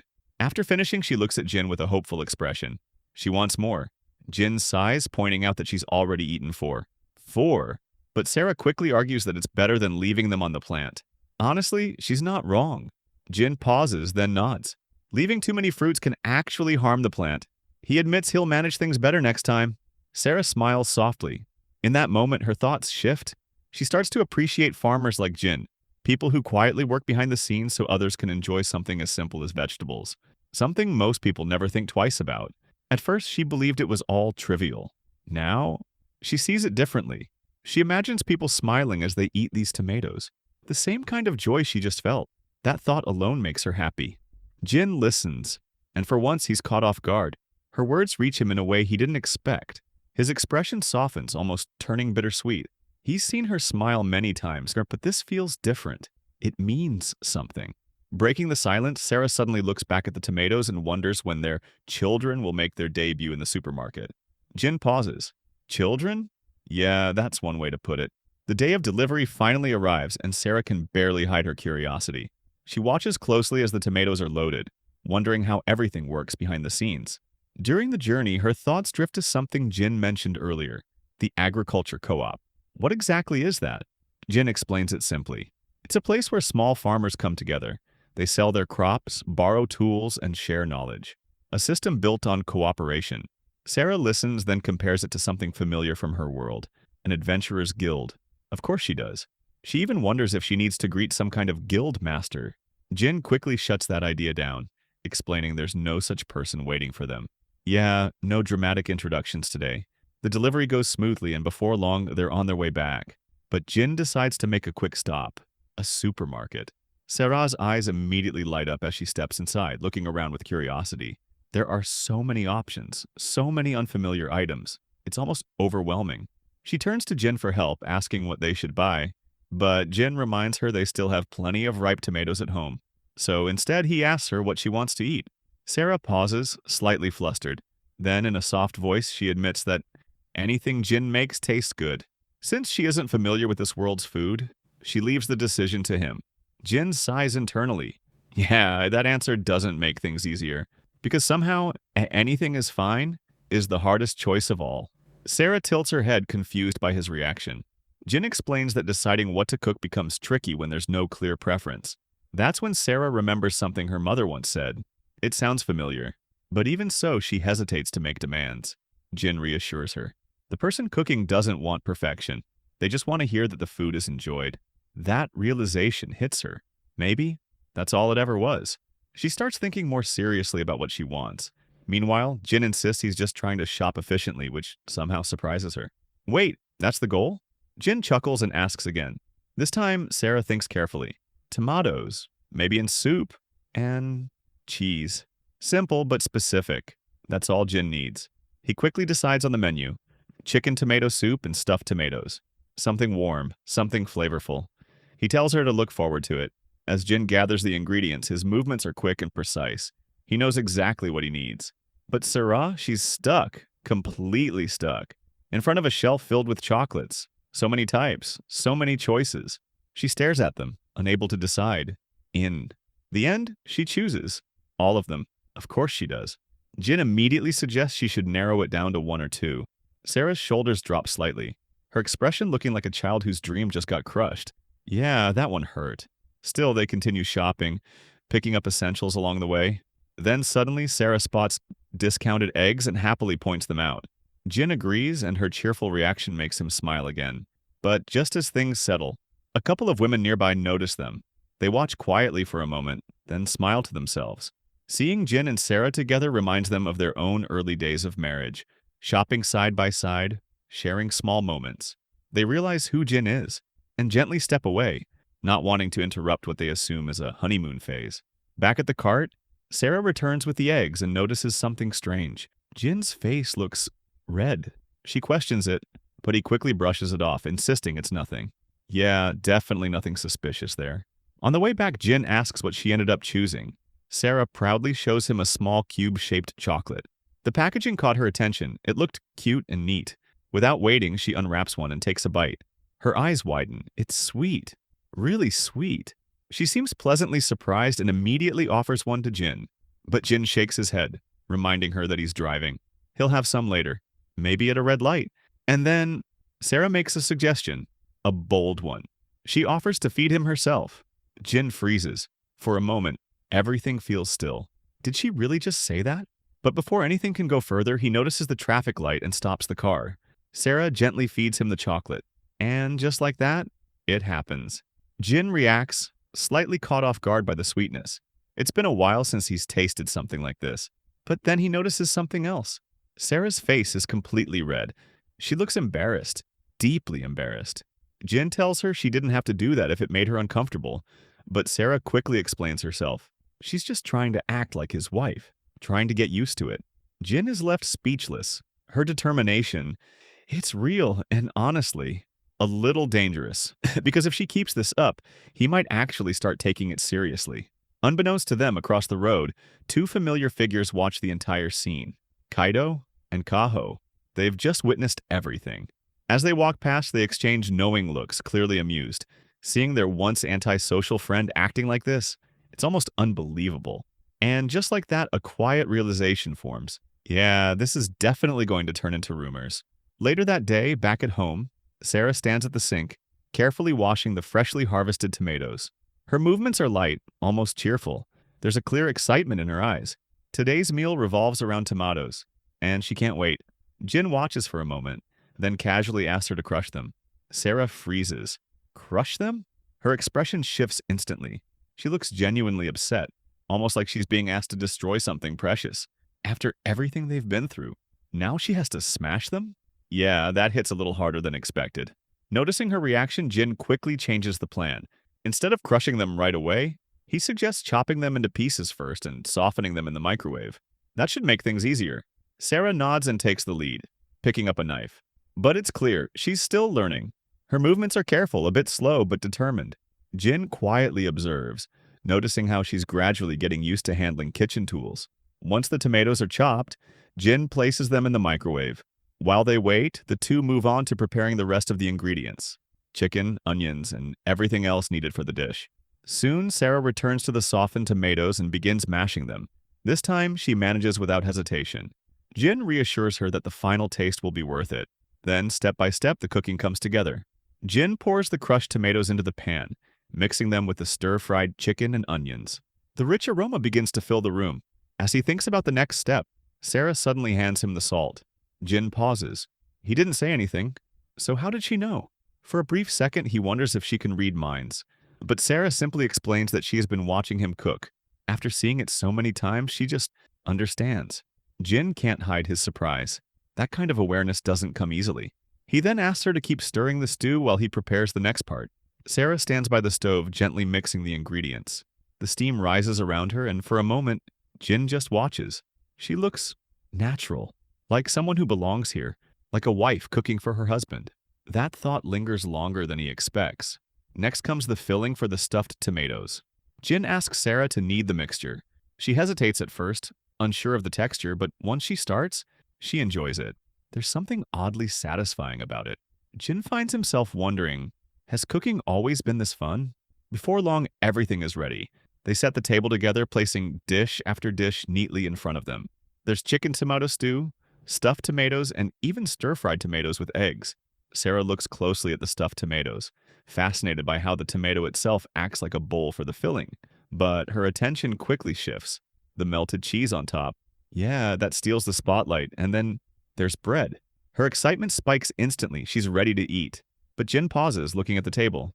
There's a lot of food. Too much, actually. He didn't even realize how much they made. Somewhere along the way, he got carried away. Cooking with Sarah made time pass too easily. Now they're left with a feast. Sarah, however, looks completely confident. She believes they can finish it all. Jin isn't so sure. Still, they both take a moment to give thanks for the meal, and then they begin. Sarah starts with a tomato stew. The moment she tastes it, her expression lights up. The flavor is rich, warm, and comforting. She doesn't stop there. She grabs a piece of bread, dipping it slightly, enjoying every bite. Next, she moves on to the stuffed tomatoes. Another success. Each dish seems to impress her more than the last. As time passes, the food slowly disappears from the table. Sarah keeps eating, her hands moving non-stop. It's like she's fully absorbed in the moment, unable to pause. Meanwhile, Jin leans back slightly, holding a glass of water. He's full. Completely full. He watches Sarah continue eating and gently tells her she doesn't need to force herself. It's okay to leave leftovers, but Sarah shakes her head. She insists she's just really hungry. Earlier, she was eating too quickly to truly enjoy the flavors. But now, she wants to savor everything properly, and she has no plans to stop. Jin raises an eyebrow. At this point, he can't help but wonder, where is all that food even going? He even jokingly considers the possibility. Is she using magic? Because honestly, this doesn't seem normal at all. Another morning begins quietly with soft sunlight filling the room. Sarah stands by the sink washing her face, before carefully placing the hair clips Kaho gave her. She adjusts them gently, admiring how well they fit. Every day she finds something new about this world. And honestly, Earth keeps surprising her. Just then, her eyes land on something unfamiliar, a small, flat device sitting nearby. She tilts her head. What is that? Meanwhile, Jin is casually enjoying his breakfast, eating pickled vegetables without a care in the world. But Sarah quickly interrupts him, holding up the strange object with curiosity written all over her face. To her, it looks like some kind of magical tool. Jin glances at it and calmly explains. It's a weighing scale. Sarah blinks. What? Instead of explaining further, Jin tells her to step on it. That's the easiest way to understand. Sarah hesitates for a moment, then carefully steps onto the device. She looks down as numbers suddenly appear. Her eyes widen. Jin casually reveals that those numbers represent her weight. And just like that, Sarah panics. Her face turns red, and she immediately scolds him, accusing him of crossing a line. Bringing up a woman's weight like this? Especially when she's not even married yet? Yeah, that's dangerous territory. Jin quickly apologizes, realizing his mistake just in time. Sarah glares at him for a second longer, even throwing in a playful threat before finally calming down. Still, she labels the scale as a wicked device. Honestly, fair enough. But Jin insists it's useful. It helps monitor health. Then suddenly, a thought hits him. He asks Sarah if she has noticed any changes since coming to this world. Sarah freezes. For a moment, she avoids eye contact. Something clearly clicks in her mind, and then she admits it. She has gained weight. Silence fills the room. An awkward, heavy silence. And naturally, the blame starts spreading. Jin, Minori, Kaido, all of them. Their delicious food, their endless sweets, it's all their fault. Jin can't deny it. They've all contributed to her happiness through food. But now, something has to change. He suggests cutting back. Less candy, smaller portions, simple adjustments. But Sarah's expression crumbles instantly. She looks torn. On one side, delicious food. On the other, losing weight. And honestly, yeah, that's a painful choice. Her eyes start to tear up at the thought of giving up all those tasty things. Jin quickly tries another approach. Exercise. That should help, right? But Sarah immediately assumes it means sword training, and for a second, that actually sounds perfect to her. Jin shuts it down. No swords. Not here. Not like that. Too risky. Too noticeable. So now what? Jin pauses, thinking. And then, an idea forms. He remembers a place. A private property he owns far up in the mountains. Remote. Isolated. Perfect. He offers Sarah a chance to train there freely. No restrictions, no worries. After a short drive, they arrive. The mountain stretches out around them, wide and open. Fresh air, quiet surroundings, and plenty of space. Sarah steps out, now dressed in her armor, her excitement impossible to hide. Her eyes scan the area. So much room. So much freedom. She hesitates for a moment, still unsure if this place really belongs to Jin. But that doubt fades quickly, because right now, none of that matters. All she wants is to swing her sword. Sarah starts to wonder about Jin. Owning a whole mountain? That does not exactly sound normal. For a moment, she even suspects he might be some kind of noble from her world. But Jin casually brushes it off, saying it is completely normal to own land. Wait, normal? Then he drops something even more shocking. Not just a small piece of land? The entire surrounding area belongs to him. Yeah, that definitely raises questions. Still, Jin does not make a big deal out of it. Instead, he tells Sarah she can freely practice her sword skills here. No restrictions, no interruptions. Just her and the open land. And just like that, her mood lights up. She grips her sword tightly, her excitement almost visible. Jin watches her and jokingly compares her to an eager dog waiting for its owner's command. It is a light tease, but it lands. Sarah quickly argues back, saying her armor helps her train better. Then, without another word, she draws her sword, and everything changes. Her expression sharpens. The playful side disappears. In its place stands a focused, disciplined knight. Jin pauses, caught off guard. This is not the same Sarah he has been casually talking to. This is someone else entirely. Stronger, sharper, more real. For Sarah, holding a sword brings comfort. It feels natural, almost like this is where she truly belongs. But then she notices Jin staring. Her confidence wavers for a second. Is he just going to stand there and watch? That thought alone makes her feel a little self-conscious. Jin quickly apologizes, explaining that he is simply curious. After all, how often does someone get to see a real knight in action? He even offers to leave to give her space. But Sarah stops him. She admits she is just a bit shy when she is in this knight mode. Still, she wants him to stay. Jin decides to step away anyway, but once again she stops him. This time, more firmly. She wants him to watch. Silence settles between them. Sarah takes a deep breath. Then she moves. Her sword cuts through the air with clean, precise swings. Each motion feels practiced, refined through years of training. Jin watches closely, surprised by how effortlessly she handles such a heavy weapon. It is not just skill, it is dedication, discipline. It feels like her entire life is poured into that blade.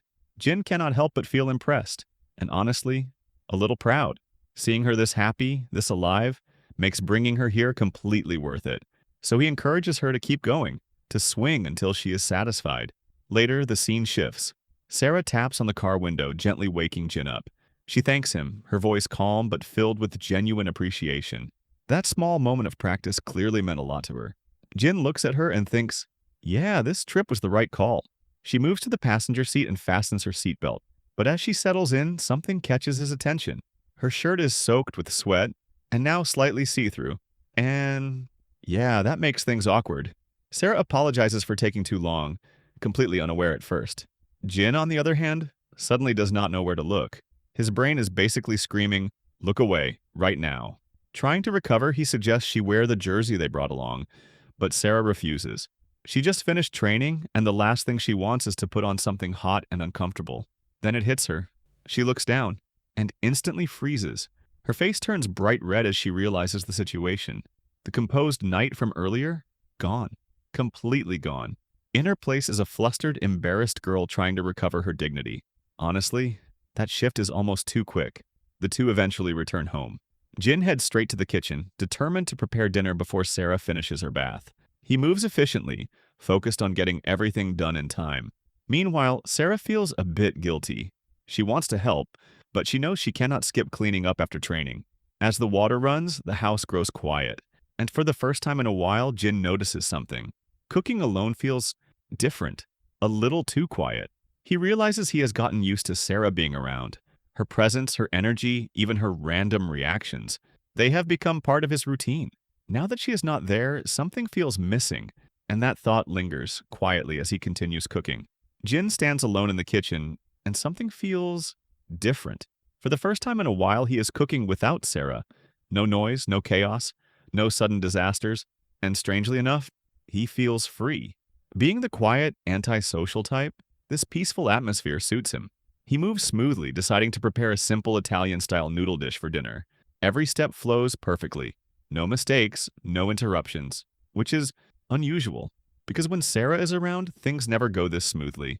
She mixes up salt with sugar, tries to boil eggs in the microwave, and somehow turns basic cooking into pure chaos. Honestly, calling it a kitchen might be generous. It is closer to a war zone. And yet, Jin pauses. Why does it feel so empty now? That quiet freedom suddenly starts to feel a little lonely. The absence of her clumsy energy leaves a strange gap.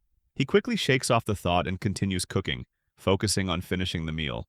But then, he reaches for the salt. It is missing. Without thinking, he calls out for Sarah. No answer. Of course, she is not there. And in that moment, Jin feels something unexpected. A small wave of embarrassment, like he has been relying on her presence without even realizing it. Did he really take that for granted? Just then, Sarah walks in, fresh from her bath. Jin immediately switches back to his usual calm expression and tells her everything is ready, as if nothing happened. Sarah steps in to help, carrying dishes to the table. Her eyes widen the moment she sees the food. A beautifully layered fried tomato salad with melted cheese sits beside the noodles. It looks simple, but somehow special. She admits she is starving after her bath and eagerly offers to set the table. This time, she promises not to break anything. That alone is enough to make Jin laugh a little. Soon, dinner begins. Sarah stares at the noodles, curious. Jin explains that it is an Italian-style cold pasta dish. At first, she mistakes it for somen, but he corrects her. It is thicker, heavier. Somen noodles are thinner and considered higher quality, but to him, it is not a big deal. Sarah quietly remembers how Jin and Kaito never treated somen as something valuable, even though it is expensive. It makes her think, but Jin brushes it off, telling her to focus on eating. So she does. She takes a bite, and instantly, everything changes. After training hard, sweating, and enjoying a long bath, this meal feels perfect. Her face lights up with pure joy. The taste, the warmth, the comfort, it all hits at once. Jin watches her reaction, a faint smile forming as he notices something else. She is getting better with chopsticks. Not bad. Sarah, clearly enjoying herself, asks for more, but Jin refuses. He casually mentions her weight and says he did not cook much anyway. And just like that, everything shifts. Sarah freezes. Her bright expression fades, replaced by quiet sadness. Tears slowly form as her shoulders drop. The excitement from moments ago disappears completely. She gives up on asking for more and quietly sticks to the tomato salad. That change is fast. Jin notices. He watches her for a moment, then suddenly stands up. Something feels off. He declares that something is missing. Without hesitation, he decides to start over and boil more noodles. From scratch. Sarah looks up surprised. Then, just as quickly, her mood lifts again. She joins him in the kitchen, her earlier sadness fading as they begin cooking together. The quiet space fills with movement once more. And just like that, the kitchen is no longer empty. A few days later, well, it becomes pretty clear that Sarah has gained a little weight. Jin spends his time in the greenhouse, quietly pulling out weeds and tending to the farm. The work is steady, almost peaceful, but his eyes drift towards Sarah, who is working just as hard beside him. She does not belong to this world, and yet, she keeps pushing herself like she does. That thought lingers in his mind, then suddenly voices break the silence. Soft chatter, whispering, clearly not part of the farm. Jin looks up and immediately spots them. 3 girls trying and failing to sneak up on him. Honestly, did they really think that would work? Meguru jumps in frustration, complaining that Jin appears out of nowhere. But Jin finds that funny, considering she does the exact same thing all the time. Still, one thing surprises him. Why are they even here? Meguru casually claims they just wanted to hang out. Simple as that. But Jin shuts it down instantly, telling them to go home. Of course, they protest. Then the oldest among them steps forward, trying to calm things down and pointing out that they are interrupting Jin's work. Finally, someone reasonable. Jin actually feels relieved. For about 2 seconds, because suddenly Katori turns pale. Meguru explains that Katori is the oldest, but Jin, after looking between them, casually says the other girl looks more mature.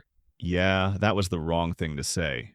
Katori freezes, clearly struck where it hurts. Her insecurity about her size hits full force, and she nearly collapses from the emotional damage. Alice immediately calls Jin out for being completely insensitive. And Meguru? She is not done either.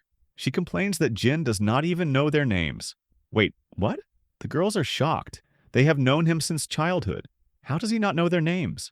Jin calmly admits that he only ever waved at them and never bothered to learn who they actually were. And just like that, Katori takes another critical hit. Meguru and Alice both explode in disbelief, their complaints stacking up one after another. Then, right in the middle of the chaos, Sarah appears. Drawn in by the noise, she steps forward and, without hesitation, calls each of the girls by name. Perfectly. The 3 girls freeze, then come to a shocking conclusion. Yeah, Jin is definitely not worthy of her. Sarah looks confused and asks what is going on. Jin casually admits that he does not know their names. That surprises her. After all, she met them earlier at the candy store and remembered them just fine. Jin tries to defend himself, saying it only happened an hour ago. But Sarah quickly shuts that down, pointing out that remembering names is normal. Well, for most people. Unlike Jin, Alice watches the 2 of them and starts sensing something else entirely. Is this a couple's argument? Because it kind of feels like one. Meguru decides to fix the situation and formally introduces herself, but Jin cuts her off. Katori goes next, and Jin is genuinely shocked to learn she is younger than Meguru. That realization alone is enough to confuse him. Then Alice introduces herself, mentioning her mixed background and her distinct silver hair. Jin nods, and then immediately starts referring to them by their family names. Meguru protests. Of course she does, but Jin refuses to use their first names, staying stubborn as ever. Some things never change. Meguru quickly shifts focus and invites Sarah to come play with them. But Sarah declines. She is still working. That answer hits hard. Meguru dramatically begs Jin to do something about it, clearly not ready to give up. And that is when Jin realizes something. Sarah has been working non-stop ever since she arrived in this world. No breaks, no complaints, just effort. So Jin makes a decision. He tells Sarah to leave the rest to him and tries to push her away from the work. Meguru immediately jumps in, offering to help with the weeding so everything gets done faster. Smart move. With that, Sarah finally agrees to spend time with them once the work is done. Jin smiles slightly and accepts the help, asking the girls to give it their best. Sarah hesitates for a moment, unsure if it is really okay, but Jin reassures her. And just like that, the quiet farm turns into a group effort. It does not take long. With everyone working together, the weeding finishes quickly and the greenhouse finally looks clean again. The messy patches are gone, replaced by neat rows and fresh soil. Sarah looks around, clearly satisfied. Then she turns to the girls and thanks them sincerely for helping. Jin stands nearby, simply watching with a quiet smile. Sarah then thanks him as well, grateful that he allowed her to spend time with others. She even asks if there is more work she can do later. But Jin shakes his head. For once, he tells her to slow down. Making friends matters too. That simple reminder hits her deeply. The girls, however, immediately jump in, teasing Jin and claiming he is only being nice because she is basically his wife. Yeah, that comment comes out of nowhere. Jin ignores it and instead asks what the girls actually plan to do. Meguru quickly points out the obvious. They are in the middle of the countryside. There is not exactly a long list of exciting activities. Fair enough. Then one of them turns to Sarah and asks what she wants. Sarah pauses for a moment. Being new to this world, everything still feels unfamiliar. So instead of choosing, she asks them to show her their favorite places. And just like that, their energy shifts. They are touched. Of course they agree. Meguru confidently declares that they will visit her favorite spot first. But Alice immediately cuts in, telling her to save it for last since it is far away. Meguru freezes. Wait, how does Alice even know that? Jin watches this unfold and starts to suspect something is off. Their earlier introductions about age and grade suddenly feel questionable. But before he can think too much, Alice grabs Sarah's hand and leads the group forward. They walk past open fields, the breeze soft and calm, until they arrive at a set of nearby canals. Alice proudly announces this as her favorite place. Everyone pauses. This? Sarah tilts her head, clearly confused. What is so special about a canal? Alice simply points toward the water. And suddenly, it makes sense. Tiny creatures move beneath the surface. Crayfish crawl along the edges. Small fish swim in groups and snails cling to rocks. It is full of life. Sarah's eyes widen in shock. She has never seen anything like this before. Even the others seem surprised by how many different creatures are living there. Alice smiles, explaining that watching them is relaxing. The gentle flow of water, the quiet movement. It helps her calm down. Jin listens and raises an eyebrow. That sounds like something an old person would say. Still, he kinda gets it. Then out of nowhere, Jin notices a frog nearby. Sarah follows his gaze and instantly panics. She jumps back, clearly not a fan of frogs. Yeah, that reaction is not subtle at all. Soon after, it is Katori's turn to guide them. But as they walk, Jin starts to notice something strange. Why are they heading into a residential area? That question gets answered quickly. Near a bench, a group of cats lounges lazily in the sun. Sarah stops, completely stunned. Katori explains that these cats often gather here and seem unusually smart. Jin glances back at Sarah, remembering her reaction to the frog. Is she going to panic again? But this time, it is different.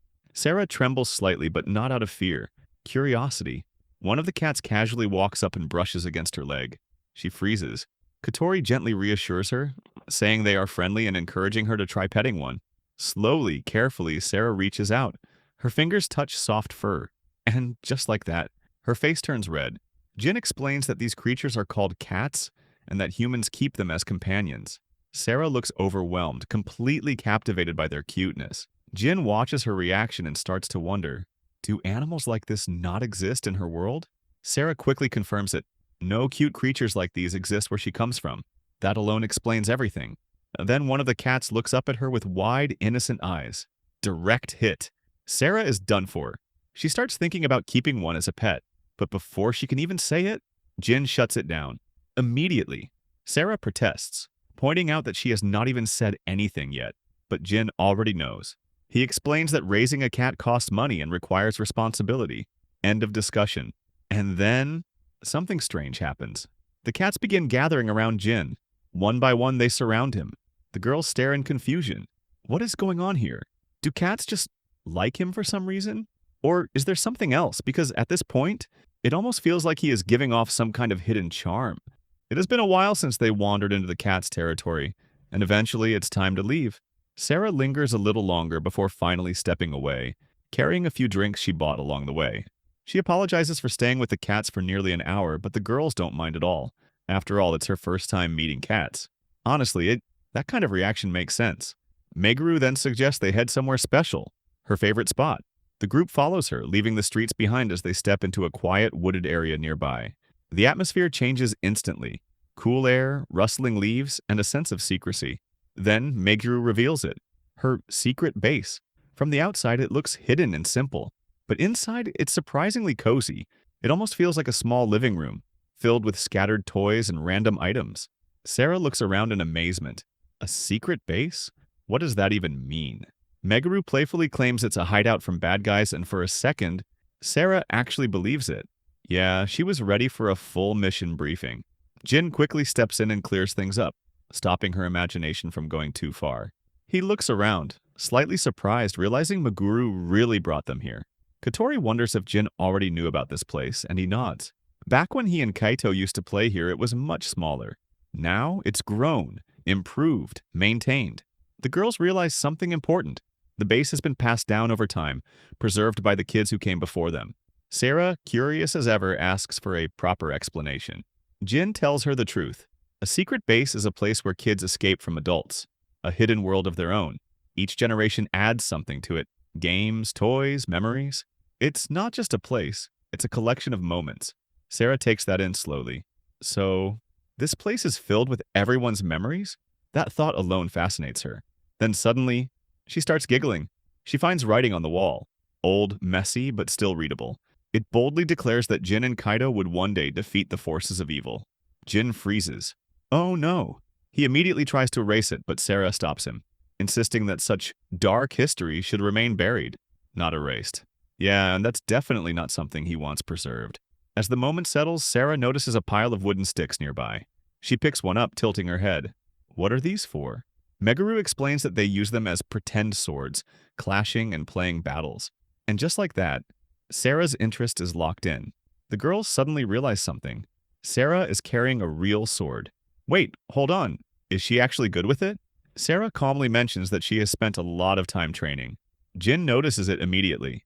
That wasn't just an answer. That was a low-key flex. Meguru, now excited, asks her to show some moves, but Sarah straightens her posture and firmly refuses. Drawing her real sword casually isn't something she takes lightly. That seriousness only makes her look cooler. The girls are impressed, and honestly, Jin can already see where this is going. Hearing all the excitement, he just gives up and lets things happen. Yeah, there's no stopping this now. They head outside where there's more space. Meguru grabs a stick facing Sarah with determination. A duel begins. Sarah asks her to make the first move. Meguru hesitates, feeling unexpected pressure. For some reason, this doesn't feel like a simple game anymore. But she charges forward anyway, and in a single motion, Sarah flicks her hand. The stick flies out of Meguru's grip. Silence. Meguru stands there, stunned. Jin rubs his head, already feeling a headache coming. Yup, there it is. Sarah just switched modes. She remembers training new recruits back in her world, and suddenly her expression sharpens. Without warning, she challenges all three girls to attack her at once. Wait, all three? Yeah, this escalated quickly. The girls rush in together, swinging their sticks. But no matter how hard they try, they can't land a single hit. Not one. Sarah moves with precision, effortlessly dodging and countering every attempt. What started as a game now feels like a full training session. At this point, she's basically a drill sergeant. Jin watches from the side, completely expressionless. He's not even surprised anymore. Eventually, Sarah turns toward him and calmly points. He's next. Jin pauses. Of course he is. With no way out, he reluctantly steps forward, grabbing a stick. This won't end well. And sure enough, it doesn't. Within moments, Jin is defeated. Completely. Effortlessly. Yeah, he never stood a chance. Another day begins for the fake couple, and the heat is brutal, not just hot. Unbearable. Sarah sits right in front of the electric fan, completely taking it over like it's her personal guard. But even at full power, the fan barely helps. Yeah, this heat is not playing around. Jin watches the fan struggle and quietly accepts the truth. It is already lost.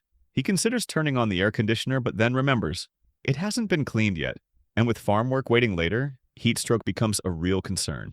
So he pauses, thinks, and suddenly, he announces it's time to bring out a secret weapon. Sarah looks confused. A weapon? For heat? Jin disappears for a moment and comes back holding an ice shaver, a block of ice, and colorful syrup bottles. Sarah leans forward instantly, her curiosity kicking in. Jin explains it simply. It's used to make shaved ice, a cold, sweet treat for summer. He shows how the ice gets crushed and topped with syrup.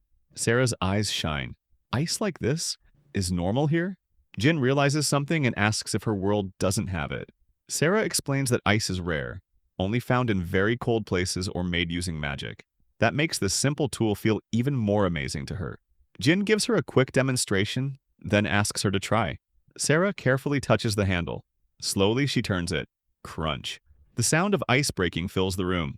She watches closely as the hard block turns into soft, snowy flakes. Her face lights up. She keeps going, enjoying every second until her bowl is full. Jin smiles. Then it's his turn. But things don't go as smoothly. Sarah watches and casually points out that he's slow. According to her, he can't keep up with her when it comes to physical work. Yeah, that came out of nowhere. Jin pauses, slightly embarrassed, wondering why she brought that up now. Sarah then remembers something. Jin once praised her strength, but she explains that her power was always used for fighting, for war, for protecting lives. But here, on Earth, people use their skills to make life easier, more comfortable, more peaceful. She looks around and quietly realizes something. This world is full of happiness. Jin hears that and pauses. He didn't expect those words, but she might be right. With the shaved ice ready, they head outside to the porch. A calm view stretches in front of them, and the mood finally feels peaceful. They take a moment and silently give thanks. Then Sarah takes her first bite. Her eyes widen instantly. It's cold, sweet, refreshing, completely new. She loves it. In fact, she confidently says she could eat 10 bowls. And then she starts eating fast. Too fast. Suddenly she freezes. Her head hurts. Badly. She looks serious. Almost scared. Wait, is this dangerous? For a second, she genuinely thinks she might die. Jin casually tells her she has about 3 hours left. Silence, panic. Yeah, not funny. Seeing her reaction, Jin quickly explains it's just brain freeze. Nothing serious. Just the result of eating too quickly. Honestly, she kind of did this to herself. Sarah, slightly annoyed, tries to hit him lightly, but before anything happens, a cool breeze flows through. The air suddenly feels better. Sarah notices it right away and happily points it out. Jin, however, is staring at her, blankly. Sarah tilts her head and notices something on his mouth. It's just syrup. No big deal. But then she sticks out her tongue, wondering if hers changed color too. And just like that, Jin turns red. Instantly. Sarah notices. Of course she does. Jin quickly blames the heat. Yeah, sure, the heat. Before things get even more awkward, 3 girls suddenly approach. Sarah lights up, happy to see them again. Jin, on the other hand? Yeah, his peaceful moment is over. Without hesitation, he decides to step away, leaving Sarah with the girls. He offers to make shaved ice for them, but refuses Sarah's help, wanting her to enjoy her time. As he walks away, he glances back. Sarah is already laughing with them, and for some reason, that's enough for him. Soon after, the girls return to Jin's house carrying their school materials. The shaved ice is already gone, but the fun isn't over. Sarah and the girls stick out their tongues, laughing as they compare the bright syrup colors. Yeah, very mature behavior. Meguru even invites Jin to join them, but he quickly complains about how they've basically turned his house into their daily hangout spot. Meguru fires back, explaining that her parents keep nagging her about studying and chores. That's exactly why she wants to stay here. Jin doesn't let that slide. He warns them that if they don't do their homework, he'll start nagging them too. Suddenly, things get serious. Meguru argues that it's vacation, and she just wants to spend time with Sarah. Jin understands that Sarah attracts attention, and honestly, things have been pretty noisy lately. But then he asks a simple question. Have they even started their homework? Meguru hesitates. That's already a bad sign. Jin suggests following Katori's example, but Katori quietly admits she hasn't done much either. So both of them are basically doing nothing. Even worse, they proudly say they prefer finishing everything at the last minute. Yeah, that's definitely going to end well. Jin slowly turns to Alice, expecting the same answer. But instead, she calmly reveals that she has already finished all her homework. Silence. Meguru and Katori immediately call her a traitor. Jin, on the other hand, is impressed. He praises her and even gets permission to pat her head. Sarah watches this scene with a gentle smile, clearly enjoying the moment. But Meguru suddenly snaps back into action. She decides it's finally time to deal with homework, which catches Sarah's attention. Curious, Sarah asks what kind of tasks they have. The girls explain everything. Different subjects, different assignments, and one unusual task. Astronomical observation. Sarah tilts her head. What is that? Jin explains that it means observing the stars at night, watching how they move across the sky, usually with a telescope. Sarah's eyes widen. Stars? Being studied like that? She's amazed. And just like that, she gets invited to join them. The girls start planning excitedly, but Jin quickly reminds them of something important. They need permission from their parents. And not just that, they'll have to go somewhere far like the mountains to get a clear view of the sky. The mood suddenly changes. The girls realize their parents might not allow it. Silence fills the room. Sarah, trying to help, confidently offers to act as their guardian. But Jin gently points out the problem. Their parents don't even know her. Yeah, that's going to be a tough explanation. The silence gets even heavier. Then Meguru comes up with a new idea. Instead of their parents, they can go with another responsible adult. Slowly, all eyes turn toward Jin and Sarah. Of course, Jin sees it coming from a mile away. With a sigh, he agrees, and even decides to bring Kaido along for extra support, but he still tells them to ask their parents first. The girls rush home. Time passes, and then they return, with permission. Mission successful. Later, Kaido arrives with his car, ready to go. He drives everyone toward a viewing platform he and Jin used before. The road is quiet. The air feels cooler. Sarah looks out the window, her excitement growing with every second. Jin notices and smiles. Finally, they arrive. The group steps out, and then they look up. The night sky stretches endlessly above them, filled with bright, clear stars. For a moment, no one speaks. Sarah slowly lifts her gaze to the night sky and freezes. The view above her is breathtaking. Countless stars spread across the darkness, shining clearly without any city lights to block them. Her eyes widen, filled with wonder as she quietly takes it all in. It's beautiful. The girls join her, also amazed by how clear everything looks. Out here, far from artificial lights, the sky feels deeper, almost endless. For a moment, it feels like time stops. But then, Jin brings everyone back to reality. Homework. Yeah, even under a magical sky, homework still exists. The girls quickly pull out their star map, trying to match the stars above with the constellations on paper. But after a few moments of confusion, they all start looking lost. They glance at each other, then slowly turn to Jin. Of course. Kaido chuckles and steps in to help. He brings out a telescope, something his father uses as a hobby, and sets it up with ease. After adjusting it carefully, he points it toward the moon and invites Sarah to take a look. Sarah leans in, and then she gasps. The moon appears so close, so clear. Its surface, its details, everything looks sharp and real. She's completely captivated. Meanwhile, the girls try using the telescope too, but struggle to adjust it properly. Seeing this, Kaito decides to handle it himself, leaving Jin and Sarah standing together. Sarah doesn't move. She keeps staring, completely lost in what she just saw. Jin watches her quietly, wondering, is it really that amazing to her? Sarah finally speaks, still in awe. She never imagined Earth's moon could look this beautiful. Even the telescope itself fascinates her, and she encourages Jin to try it as well. Jin pauses for a moment, then asks something simple. Does her world have a moon too? Sarah nods, explaining that her world actually has multiple moons, but none of them have names. Jin blinks. Multiple moons? With no names? Yeah, that sounds a bit unfair. Sarah lets out a soft sigh, her gaze returning to the sky. She admits that Earth's night sky is truly beautiful. It reminds her of the times she used to watch the sky with her comrades back in her world.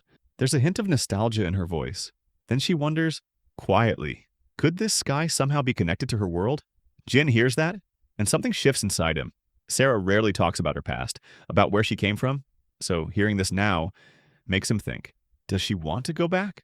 The thought hits harder than expected. A strange feeling settles in his chest. Even though he once found human relationships troublesome, he realizes something important. He's gotten used to her presence, to her being here, and the idea of her leaving? Yeah, that doesn't feel right. As he looks at her, lost in thought, Sarah suddenly notices his gaze. Her face turns red instantly. Before the moment can grow any deeper, Meguru suddenly appears full of energy, calling them over for snacks. Perfect timing. Or maybe the worst timing. Completely unaware of the tension, she drags the mood back to normal. Jin quickly asks if they've finished their homework, and Meguru confidently assures him that everything is done. That's surprisingly efficient. Soon everyone gathers together, sitting under the open sky. They share snacks, laugh lightly, and continue looking up at the stars. The night feels calm, peaceful, and for now, no one wants it to end. The group finally heads back home, the car ride calm after a long night. Along the way, they stop to drop off Jin and Sarah. Before leaving, Jin asks Kaido to take the girls home safely since it's already late. The girls step out, clearly reluctant. Saying goodbye to Sarah isn't easy. They wave, smiling, but there's a hint of sadness in their eyes. As the moment lingers, Kaido suddenly brings up something exciting. the upcoming summer festival. He invites Jin to come along with everyone, talking about it like it's the highlight of the season. Fireworks, food stalls, games, the whole package. Sarah tilts her head curious. Fireworks? What are those? Her interest shows instantly. Kaido notices and happily invites her too, clearly excited to include her. Jin, however, hesitates. He reminds Kaido that he's not comfortable in crowds. It's not really his thing. But Kaido doesn't give up so easily. He wants to hang out like the old days, just like before everything changed. Jin goes quiet. He looks conflicted. Kaido smirks slightly, teasing him, saying people really do change after getting married. Yeah, that one hits. Jin quickly tells them to leave, brushing it off, and Kaido drives away with a laugh. The night grows quiet again. Jin and Sarah begin walking back home under the dark sky. As they walk, Sarah notices something. The flashlight they're using is getting dimmer. She immediately worries that she might have broken it. Jin shakes his head. It's just the battery running out. He explains simply that batteries provide energy, and once they're empty, the light fades. To manage, he switches to his phone's flashlight. It's weaker, but still better than nothing for the short walk ahead. Then Sarah suddenly suggests something unexpected. Using magic. Jin pauses. Wait, what? She calmly claims she can create more light than the flashlight. Now that's not something you hear every day.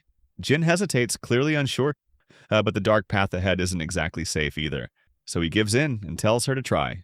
Sarah closes her eyes slightly and begins to glow. She whispers a few words, and then light appears. Soft, glowing orbs float around them, lighting up the path completely. The darkness disappears in an instant. Jin's eyes widen. Yeah, that's definitely not normal. Sarah explains that she's using the mana around her to create light. She smiles, happy that Jin can now see clearly. Jin can only stare. Once again, he's reminded. She really is from another world. Curious, he asks if the light is hot. Sarah shakes her head and tells him to try touching it. Jin hesitates, but before he can decide, Sarah gently takes his hand and guides it toward the glowing light, making it seem like he's controlling it himself. And then she freezes. She suddenly realizes she's holding his hand. Her face turns red instantly. She tries to apologize, but before she can say anything, Jin suddenly grabs her arm and pulls her toward a nearby tree. Everything changes in a second. Sarah's heart races. What just happened? Before she can ask, Jin quietly tells her that someone is nearby. They both stay still. Then they see him. Shigeru, out for a late-night walk. He notices something strange, the glowing lights in the distance, and freezes. As the orbs fade away, he starts to panic, thinking he just saw something supernatural. Probably not the kind of story you want before bed. Jin quietly sighs in relief once Shigeru starts leaving. At that moment, Sarah softly points out something. Jin is still holding her hand, tightly. Jin immediately lets go, embarrassed, and quickly explains that he was just trying to hide her magic. Sarah understands. It makes sense. But still, the moment feels a bit awkward. Jin even starts wondering if he overdid it. As they stand there, they overhear Shigeru talking to Minori, explaining what he saw. But Minori casually brushes it off as imagination. Yeah, no one's believing that story. Deciding not to risk it, Jin and Sarah quietly leave the area. Later on, Shigeru continues telling others about the mysterious lights. Kaho hears about it and mentions how he's now too scared to even walk that road again. Honestly, can't blame him. Then suddenly, Kaho appears. Sarah is surprised. Why is she here? Kaho explains that she came because she heard about their plans for the summer festival, and according to her, something important is missing. Something Sarah absolutely needs for the full experience. Time passes, and soon, the day of the summer festival arrives. The streets are alive with energy.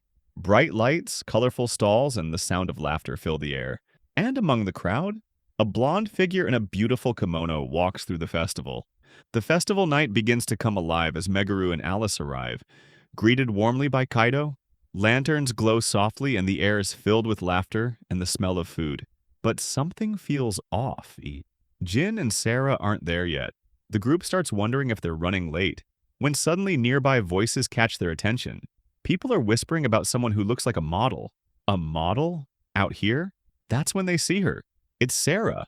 Dressed in a beautiful yukata, she walks through the crowd, her blonde hair and gentle expression making her stand out instantly. She spots the group and hurries toward them, but trips. Yeah, a graceful entrance, almost. Jin reacts instantly, catching her before she falls. He reminds her to be careful, while Sarah shyly explains that she's not used to wearing a kimono. The girls gather around her, amazed. They compliment her, saying she looks incredible. And honestly, They're not wrong. Sarah admits it's her first time wearing one, and the nervousness shows in her eyes. Jin watches her quietly, a small smile forming. Kaito, of course, doesn't miss this. With a teasing tone, he points out how lucky Jin is to have someone like her. Jin casually replies that Kaito will find someone too someday, but Kaito isn't impressed, not at all. Then, with perfect timing, he drops something dangerous. He mentions hearing a story from Kaho. Apparently, when Sarah first tried on the yukata, Jin couldn't stop staring. Silence. Jin immediately blames Kaho for spreading that information, while Kaito laughs, clearly enjoying the moment. At this point, Kaito declares it's time for him to seriously find a girlfriend. Jin, meanwhile, looks at Sarah again. She's smiling, enjoying the festival lights around her. And this time, he admits it to himself. She really does look beautiful. Honestly, it would be weird not to think that. Sarah glances his way and notices his gaze. Her face turns red instantly. Perfect timing again. Meguru jumps in and breaks the moment, pulling Sarah into the excitement. She encourages her to explore the stalls, reminding her of all the things they plan to try. With all the research she did earlier with Jin, Sarah decides she wants to try everything. Everything. Jin pauses. Yeah, that's going to be expensive. Kaito laughs and tells them to enjoy it fully. After all, this festival only happens once a year. Jin nods. He agrees. The group begins moving through the festival together. Bright lights, cheerful voices, and endless food stalls surround them. Sarah looks around, completely amazed. The energy, the colors, the joy, it's all new to her. Meguru suddenly announces that she has found the food stalls they were looking for. The girls get excited, quickly discussing what to eat first. Meanwhile, Jin notices something. Alice is standing quietly nearby, a little apart from the others. For a moment, she looks alone. Jin walks over and joins her in line.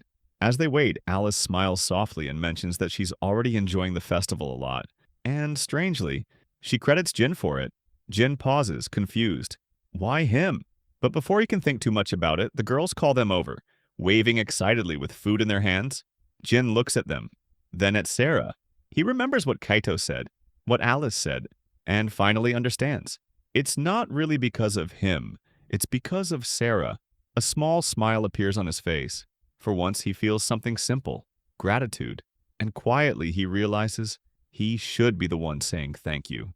The festival continues, and the energy only grows brighter, warmer, almost magical. Sarah moves from stall to stall, her eyes sparkling like she's seeing a whole new world. She takes her first bite of yakisoba and instantly falls in love with it. The girls laugh and agree, enjoying every bite. Festival food just feels special. It's not just about taste, it's about the moment. Yeah, this isn't just food anymore. It's a memory being made. As they walk through the lively crowd, Sarah begins to notice something deeper. Families walking together, friends laughing without a care, smiles everywhere. It's warm, comforting, almost like the world itself is celebrating. And for some reason, her heart feels full. Like seriously, why does this feel so different? Still excited and definitely still hungry, she keeps searching for something new. That's when her gaze stops on a small stall, a shallow pool, tiny fish swimming inside. She points at it, curious. Moments later, they sit in front of a fish scooping game. Sarah tilts her head, studying it carefully. Are these fish meant to be eaten? Jin explains they're not. They're kept as pets or just part of a fun festival tradition. Sarah wonders if this is how nobles entertain themselves. Jin shows her the paper scoop used to catch the fish. Sarah stares at it. Paper? Yeah, that thing looks like it would lose a fight against water in seconds. Jin calmly demonstrates. He lowers the scoop, moves with precision, and lifts a fish out smoothly into the bowl. Perfect. Effortless. Sarah's eyes widen in pure amazement. Okay, that was actually cool. She wants to try. Jin warns her it's harder than it looks, and even the shopkeeper offers advice, watching her with interest. Sarah nods. Her expression sharpens. Focused. Serious. She grips the scoop like she's about to enter battle. Yeah, she's treating this like a life-or-death mission. She watches the fish, waits, times it perfectly, and strikes. Splash. Water flies everywhere. Jin gets soaked. The scoop breaks instantly. And the fish? Still happily swimming like nothing happened. Sarah freezes. She slowly looks down at the ruined scoop, completely stunned. That did not go as planned. Her shoulders drop as she apologizes, feeling bad for the mess and for soaking Jin. Disappointment fills her face. Even after trying her best, she fails. Jin gently reassures her. It's her first time. It's okay. There will always be another chance. Next year. Next year. Those simple words echo in her mind. Sarah pauses. Next year? Will she still be here by then? Or is that just something he says without thinking? Jin doesn't notice. He checks a message from Kaito and decides it's time to regroup. The crowd grows thicker. Before moving, he tells Sarah to hold onto his sleeve so she won't get lost. She quietly reaches out and holds it. They start walking, but her thoughts drift away. That one phrase keeps repeating. Next year. Will she still be by his side? Or will all of this disappear? Her grip loosens. Slowly, she lets go. Maybe she misunderstood. Maybe he's just kind to everyone, just being himself. And for some reason, that hurts more than she expects. Suddenly, a loud boom shakes the sky. Sarah flinches, startled. What was that? Voices around them rise with excitement. Fireworks! The crowd surges forward, rushing to see the show. Everything turns chaotic in seconds. Sarah stands still, overwhelmed, until suddenly Jin grabs her hand. Not her sleeve, her hand. He pulls her close and leads her through the crowd, quickly changing direction. Sarah freezes. Her face turns bright red. Wait, since when did this happen? As she follows him, her heart starts pounding. Not just from the rush, but from something much deeper. Meanwhile, Jin focuses on finding Kaito's location, unaware of the storm in Sarah's heart. But for her, in that moment, under the festival lights and rising fireworks, everything begins to feel different. Warmer, closer, and just a little bit sweeter. Sarah looks around and notices something strange. A crowd is forming, slowly moving in one direction. People seem excited, almost drawn toward something. Naturally, she expects Jin to follow them, but he doesn't. Instead, he leads her down a completely different path. Wait, where's he even going? Jin casually explains that they are heading somewhere the others do not know about. A hidden spot, away from the noise. Now that sounds interesting. Soon they come across a small staircase tucked away from the main path. Step by step, they climb upward, leaving the crowd behind. The sounds of chatter fade, replaced by a quiet anticipation. As they walk, Sarah brings up the fireworks everyone has been talking about. Fireworks? What exactly are they? Jin explains in simple terms. Small balls filled with gunpowder and bits of metal are launched into the sky, where they explode into colorful patterns. Sarah listens carefully, then starts comparing it to her own world. There, instead of tools, they use magic. An entire army of mages fires spells into the sky, one after another, creating massive explosions. And the highlight? A giant moving dragon made of fire, soaring across the sky. Yeah, that is not just fireworks. That is a full fantasy boss battle. Jin can't help but feel impressed, and slightly concerned. Eventually, they reach the top of the staircase. And there it is, a quiet, cozy spot with benches, perfectly positioned to watch the sky. Away from the crowd, yet offering the best view. But they are not alone. Kaito and the others are already there, greeting them warmly. Jin immediately complains, realizing that Kaito could have just told him the location instead of giving some weird riddle. Of course, that would have been too easy. Then Kaito notices something. Jin and Sarah are still holding hands. Both of them freeze. Wait, how long has that been happening? Sarah tries to explain, but Jin quickly stops her. There is no point. Kaito is already running with the wrong idea. Meguru cuts in, announcing that the fireworks have started. And just like that, the moment shifts. Sarah looks up. The night sky explodes with light. Colors burst one after another, painting the darkness with bright reds, blues, and golds. Shapes bloom and fade, each one more beautiful than the last. Sarah's eyes widen. It is her first time seeing something like this, and she is completely mesmerized. The others watch in silence too, caught in the same moment. The sky becomes a canvas of light, constantly changing, never repeating. Sarah turns to Jin, her face glowing with excitement. She cannot stop admiring the different colors and patterns. But then a question comes to her mind. How do they create such vivid colors? Katori wonders the same thing. Jin explains that different metals produce different colors when burned. Sodium creates yellow flames, while potassium gives off purple. Alice quickly adds that it depends on how the flames react. Jin nods, impressed. The youngest understands it perfectly.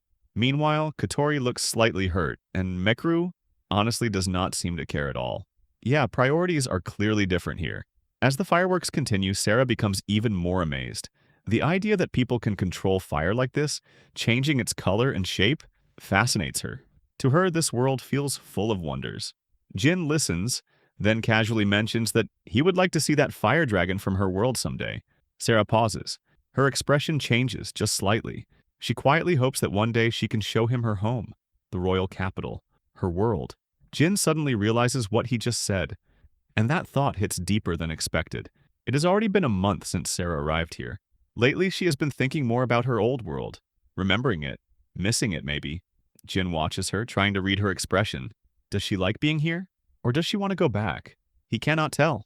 Soon the fireworks come to an end. The sky returns to darkness and the crowd begins to disperse. The group makes their way back and boards the train home.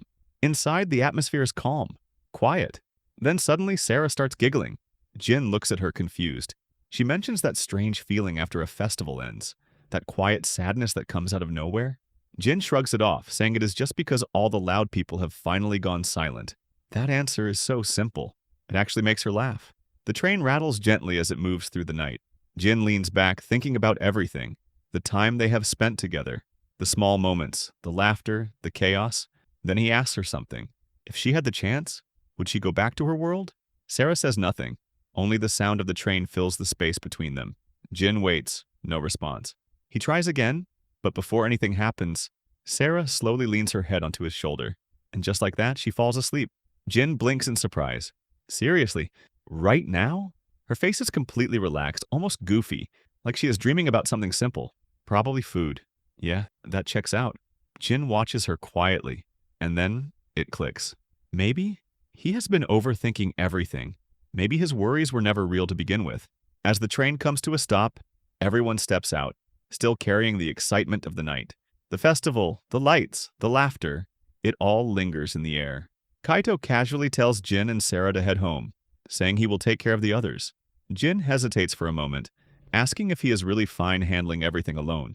But Kaito brushes it off, saying he is used to it. That confidence is reassuring. Jin thanks him sincerely, and that alone surprises Kaito. He grins, teasing Jin for suddenly acting so polite. Yeah, that kind of honesty clearly catches him off guard. Soon after, the group splits up and Jin and Sarah begin walking home together. Sarah is still glowing with excitement. It is her first time experiencing an Earth Festival and she cannot stop talking about it. The food especially leaves a strong impression on her. Jin listens, amused. He is glad she enjoyed it, but at the same time he is slightly shocked by how much she managed to eat.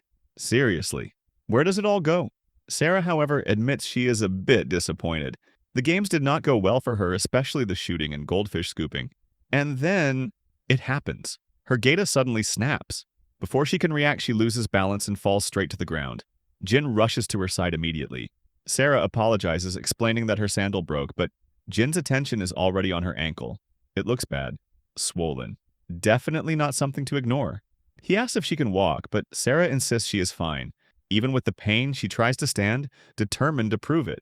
But the moment she puts weight on it, a sharp pain shoots through her leg. She lets out a quiet groan and freezes. Yeah, she is not fine. Embarrassment creeps in as she realizes she cannot keep up the act. She looks away, unable to meet his eyes. Jin sighs, then turns his back to her and tells her to get on. He is going to carry her. Sarah immediately protests. She does not want to be a burden. But Jin does not argue in a normal way.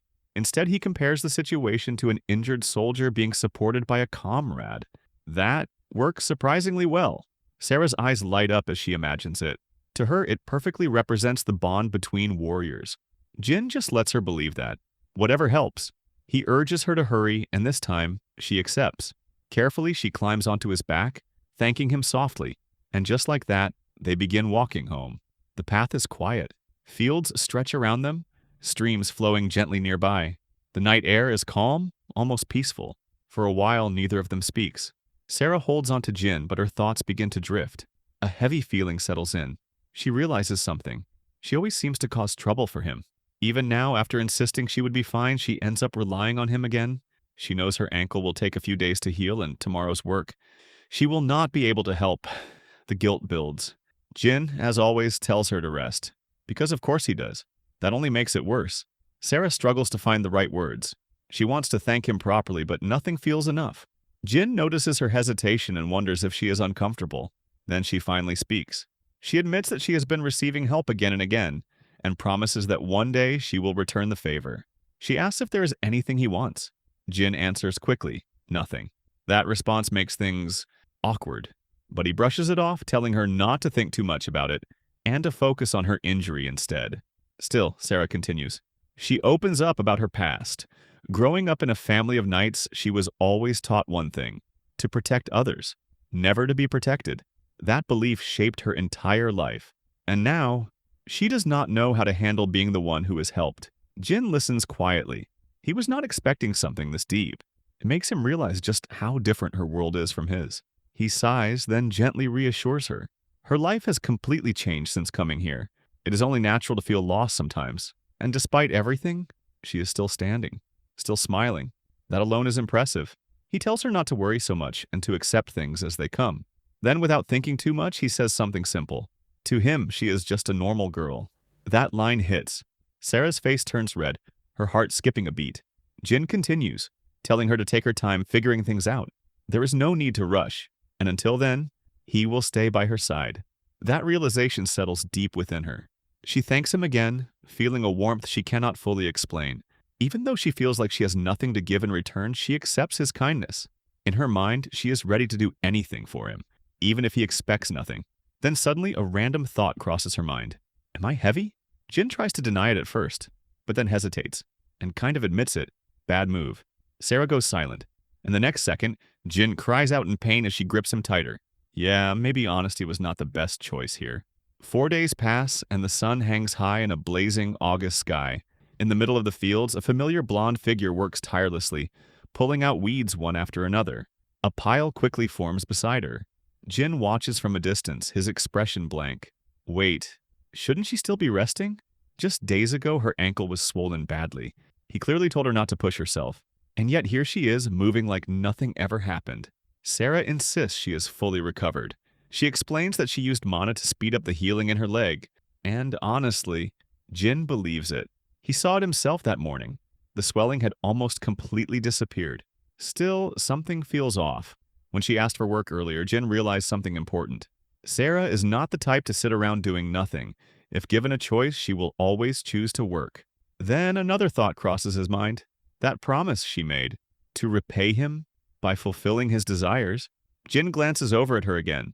She is clumsily pulling weeds, completely focused. Yeah, that thought feels a bit dangerous. He calls out to her, reminding her not to overdo it, especially after her injury. He makes her promise to take it easy, even threatening to stop her from working altogether if she does not listen. Sarah freezes. Her face turns red at his sudden, genuine concern. Jin tells her to head back inside and rest for now. Flustered, she agrees. Jin finally relaxes and decides to step out for a bit. As he leaves, Sarah watches him quietly, her hand tightening into a fist. A moment later, they move on to harvesting. Jin complains about the intense August heat, while Sarah suddenly guesses they are going to pick tomatoes. That catches him off guard. How does she know? He explains that a new batch has ripened, ready to be harvested. When they arrive, Sarah's eyes light up. Bright red tomatoes hang from the vines, full and fresh. Seeing them like this fills her with a strange sense of pride, like she played a part in their growth. She even uses a poetic Japanese phrase about parting and reunion to describe the moment. Jin blinks. Where did she even learn that? Sarah casually mentions she picked it up from TV. After all, she spent most of her recovery glued to it. Yeah, that explains a lot. They begin harvesting together. Sarah gets especially excited over the fully ripened tomatoes, eager to eat them on the spot. Jin watches her carefully. For some reason, he feels a little worried. Still, they finish the harvest without issue. Jin loads everything into his truck, preparing to deliver the produce. He tells Sarah to stay home and rest, but of course, she refuses. She insists on doing more work, promising she will not overexert herself. She asks to weed another field while he is gone. Jin sighs. She is not a child. She should know her limits. Reluctantly, he agrees, but only for 15 minutes. No more. Sarah happily accepts and promises to stick to that time. Jin gives her a sharp look. She immediately swears again. Only 15 minutes. He makes sure she understands. She nods, and just like that, he drives off. Sarah watches the truck disappear into the distance. Then she turns back to the field. Memories begin to surface. Jin carrying her, worrying about her, taking care of everything while she rested. A feeling of frustration builds inside her. She has not been able to repay him at all. Even while she was recovering, he handled the farm and still looked after her. It becomes clear to her, Jin is genuinely kind, not just a little, really kind. That realization pushes her forward. Determined, she starts weeding again, her movements faster, stronger. Her expression hardens with resolve, like she plans to remove every single weed in sight. The sun beats down relentlessly. Time passes. Sweat pours down her face. Her breathing grows heavy. The heat wraps around her like a burning weight. But she keeps going. She does not stop. Eventually, she straightens up, gasping for air. Her face is flushed red, her vision slightly blurred. Still, she tries to speak, to say she is done. But suddenly, Jin appears. Out of nowhere, he grabs her shoulders and looks straight into her face. He is furious. Wait, why is he back already? He demands an explanation, because this is not 15 minutes. It has been hours. Sarah freezes. She apologizes, admitting she lost track of time. She insists she is fine, trying to justify it by saying she used to endure long marches under the sun while wearing heavy armor. But Jin is not convinced. Not at all. He sees it clearly. The excessive sweating, the uneven breathing, the red face. These are not signs of someone fine. These are signs of heat stroke. His expression shifts instantly to concern. He tells her to get into the truck so he can cool her down and give her water. Sarah tries to protest again, but this time, something feels wrong. Her body starts to give out. Jin turns just in time to see her expression change. Confusion, weakness. Then, her legs collapse. She falls. Her vision fades, sounds becoming distant. Jin's voice echoes faintly, but she can barely understand it anymore. Everything begins to go dark, and even in that fading moment, her only thought is still the same: to help him. Jin quickly catches her, lifting her gently into his arms. Careful, steady, like she might break if he is not. Sarah's story begins the moment she opens her eyes to a new world. Above her, the sky stretches wide and clear, almost unreal in its beauty. She lies still in the middle of a quiet field, motionless, like she does not yet belong there. Then she sees him, Jin. Dark hair, calm eyes, a presence that feels steady in a world she does not understand. For some reason, that moment stays with her. Now, back in the present, the sound of a TV suddenly pulls her out of sleep. Sarah slowly opens her eyes, trying to sit up, but a sharp pain hits her head. It throbs hard enough to make her wince. Yeah, something is definitely wrong. Then it all comes back. The heat, the dizziness, collapsing in the field, and Jin catching her, taking care of her without hesitation. That memory alone makes her chest tighten. Once again, she has caused him trouble. Jin gave her everything: a place to stay, work, a way to survive in a world she cannot leave. And still, she ends up relying on him again. At first, she thought living with him would be difficult. He always sounds annoyed when talking about farm work, like he is forced into it. But reality proves different. Jin works seriously. He teaches her patiently. Cooking, farming, daily life, everything. He even makes sure she has money to spend and understands this new world. Bit by bit, he supports her. So now she wonders, how is she supposed to repay someone like that? Sarah sits quietly, her eyes drifting toward a white dress hanging nearby. A small piece of this new life she is still trying to understand. She thinks, and thinks, but nothing feels enough. Then she notices the TV is still on. Jin brought it for her just so she would not feel alone while recovering. She must have turned it on without realizing. As she reaches to switch it off, something on the screen catches her attention. She pauses. Her hand slowly drops. Whatever is playing, it pulls her in completely. Later that night, the house is silent. Jin stands in the kitchen, pouring himself a drink, his thoughts heavy. Sarah, collapsing earlier, keeps replaying in his mind. He should have brought her home first. Instead, he let her keep working. That mistake bothers him more than he admits.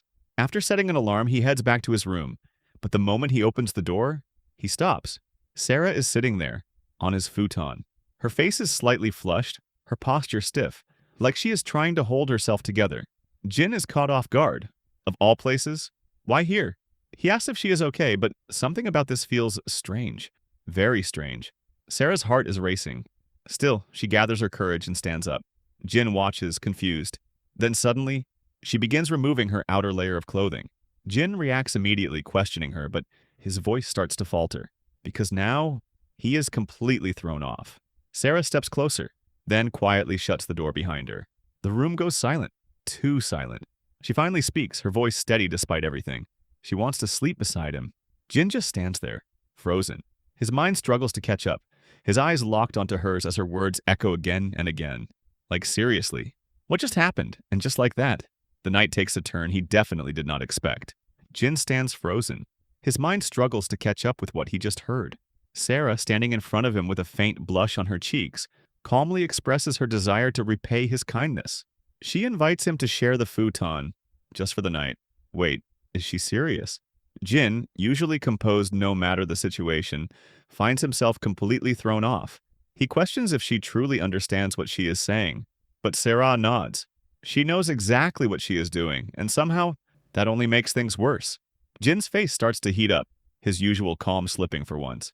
Meanwhile, Sarah tries to explain herself further, but fate decides to step in. Her foot lands on a stray marker, and just like that, she slips. Everything happens in a second. Sarah loses balance, and Jin instinctively moves forward to catch her. The two crash onto the floor, with Sarah landing right on top of him. Yeah, this is getting out of hand real fast. Jin quickly checks if she is hurt, but Sarah looks back at him with a mix of determination and embarrassment. Then she says something that completely shuts his brain down. She offers herself to him, willing to do anything for his sake. Jin goes silent. Sarah gently takes his hand and places it against her cheek, her face warm, her expression serious despite the obvious fluster. His heart starts racing. Her fair skin, her flushed cheeks, the closeness between them. It all becomes too real. Sarah leans in even closer. Now their faces are just inches apart. Jin cannot say a word. He slowly places a hand on her back, almost giving in to the moment, thinking, maybe there is no need to hold back anymore. But then, Sarah drops the next line. She declares that she will be his body pillow for the night. Wait, what? The mood instantly collapses. Jin just stares at her, confused, trying to process what just happened. Sarah, still embarrassed, begins guiding him toward the futon, explaining that she wants to help him relax after a long day. That is her plan. That is what all of this was about. Jin pauses, then lightly taps her head, calling her silly, because yeah, that makes way more sense now. He tells her he does not need a body pillow. Sarah looks genuinely surprised. She thought all men liked that kind of thing. Now Jin is even more confused. Where did she even get that idea? Sarah explains that she saw it on TV, some program about how to make men happy. According to it, wearing cute clothes and getting into bed would guarantee that a man would cuddle and relax. Jin listens, then immediately dismisses it as nonsense. Honestly, yeah, that sounds like one of those shows. Sarah adds that when they went shopping, someone even suggested buying things Jin might like. Jin is not impressed. Not at all. He then asked her directly if she truly understands what she saw on TV. Sarah hesitates. Her face turns red again as she tries to explain. In her mind, it is simple. Helping someone rest after a long day, that is all she thought it meant. That innocence says everything. She is embarrassed just showing a little skin, yet here she is, trying to offer herself without fully understanding what it implies. Even now, she insists on repaying him somehow. Jin sighs. Then, more seriously, he asks if she understands what could have happened just now. Sarah goes quiet, confused, unsure. Jin just looks at her, realizing how far off things could have gone. His head starts to hurt. Without another word, he grabs a blanket and wraps it around her, telling her to forget everything she heard from that show. With a small chuckle, he comments that she is rushing things way too much. That smug little remark catches her off guard. Then he tells her to stop thinking about it and just go to sleep. But Sarah hesitates. She still feels the same, like she is always receiving, never giving. Her expression drops slightly and she admits it again. She wants to repay him. Jin watches her for a moment, then finally speaks. She is wrong. She thinks she has done nothing for him, but that is not true. Sarah looks up, surprised, unable to respond. Jin quietly explains. Since the day she arrived, his world has already changed. Sarah tilts her head, confused. What does Jin mean by that? Jin takes a breath and begins to explain. Before becoming a farmer, he worked for a company. To make it easier for her to understand, he compares it to something like a guild or a night order from her world. Back then, he was busy in a completely different way. Long hours, constant pressure, but he actually enjoyed it, at least for a while. Then everything changed. He tried to protect someone he trusted. A subordinate made a mistake and Jin stepped in to take responsibility. But instead of things being resolved, the blame was pushed entirely onto him. He ended up resigning, and later, he found out the truth. It was all planned. That subordinate, along with others, had set him up from the start. Yeah, that kind of betrayal doesn't just fade away. Jin brushes it off as a bad excuse. But the damage is clear. That moment broke something inside him. After that, he chose to stop trusting people. Completely. When he started his life as a farmer, he decided to live alone. No connections, no reliance on others. Just quiet, simple work. That was the plan. Until Sarah appeared. Sarah listens in silence, her expression slowly changing.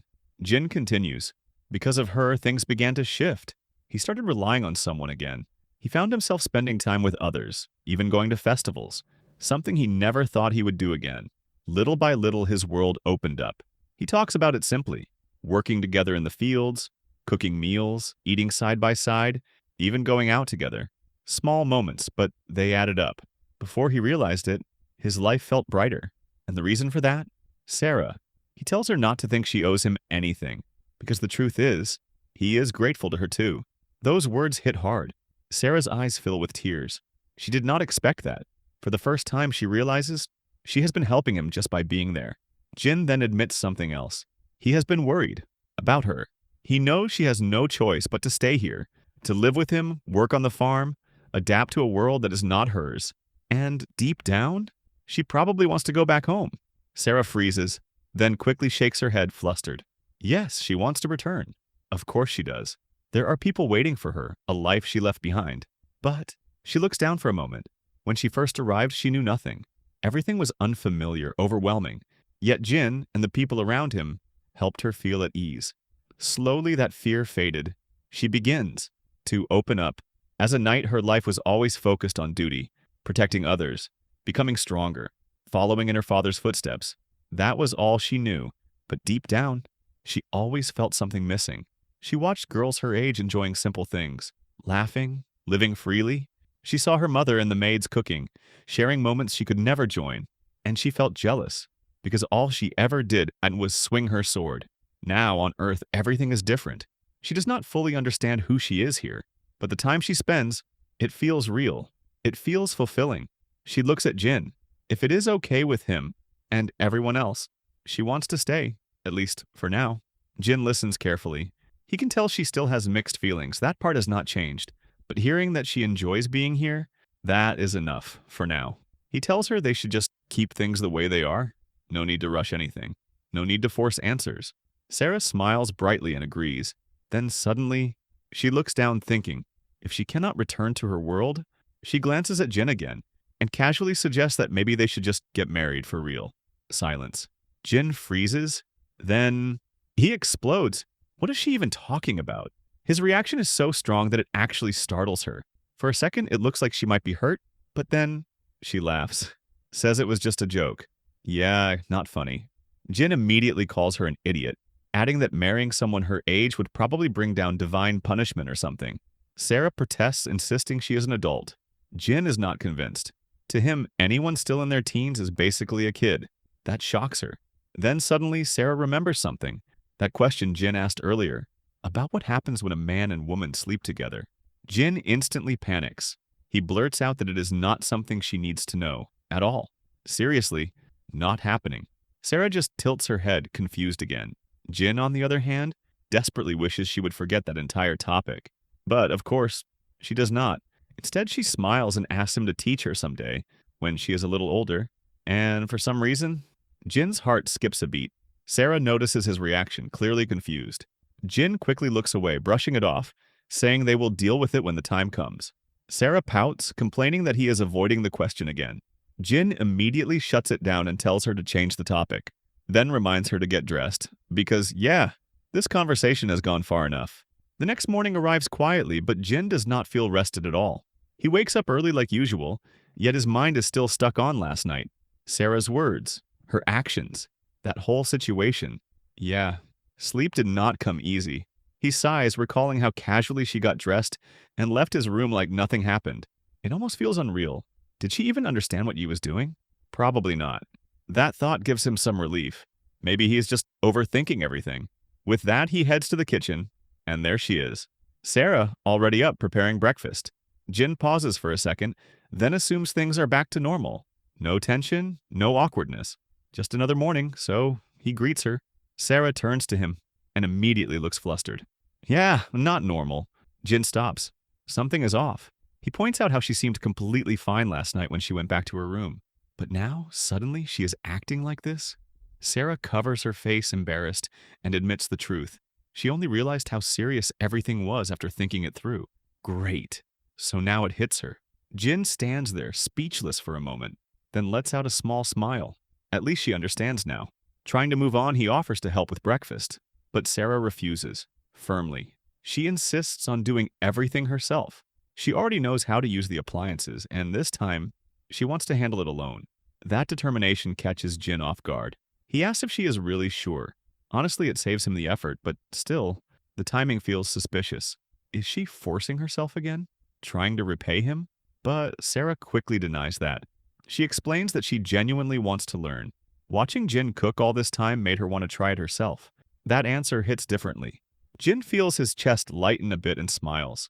All right, that makes sense. He agrees and heads to the tatami room, leaving her to it. Maybe things will return to normal soon, or at least something close to it. Then suddenly, he remembers. The sugar is out. Jin quickly turns back and calls out to her, but as he steps forward, he bumps straight into Sarah. Both freeze. Jin apologizes, explaining he came to mention the sugar. Sarah nods, but her face slowly turns red. Up close, she cannot keep her composure. Not after last night. Jin notices and decides to tease her. He leans in slightly, watching her struggle to stay calm. Yeah, payback time. Sarah gets even more flustered, insisting she will handle it and telling him to stop messing with her. Jin smirks, clearly enjoying this way too much. Honestly, he waited for this moment. After giving her directions for the sugar, he steps away and leaves her to continue, even as she fumbles slightly, trying to act normal. Jin just smiles and heads back, picking up a newspaper. For once, a quiet morning, or at least, that is what he hopes. Because a few moments later, a loud noise comes from the kitchen. Sarah has messed up. She cracks an egg, badly, and immediately apologizes for wasting it. Jin lowers his paper slightly. Yeah, as so much for a peaceful breakfast. Soon after, Sarah brings the food to the tatami room. Jin thanks her, but quickly notices her expression. She looks completely defeated, like she is about to face judgment or something. That is a bit intense. Then she apologizes again, saying she could have done better. Jin looks down at the meal. Burnt egg rolls, overcooked fish. It is not exactly perfect. Sarah panics, saying he should not eat it and suggests making something simple instead. But Jin stops her. He is going to eat it. Sarah watches him closely, nervous. Jin picks up a piece of egg roll, pauses, then takes a bite. He chews slowly, saying nothing, then moves on to the fish. Still no reaction. Finally, he takes a sip of the soup. Sarah cannot take it anymore. She asks how it tastes.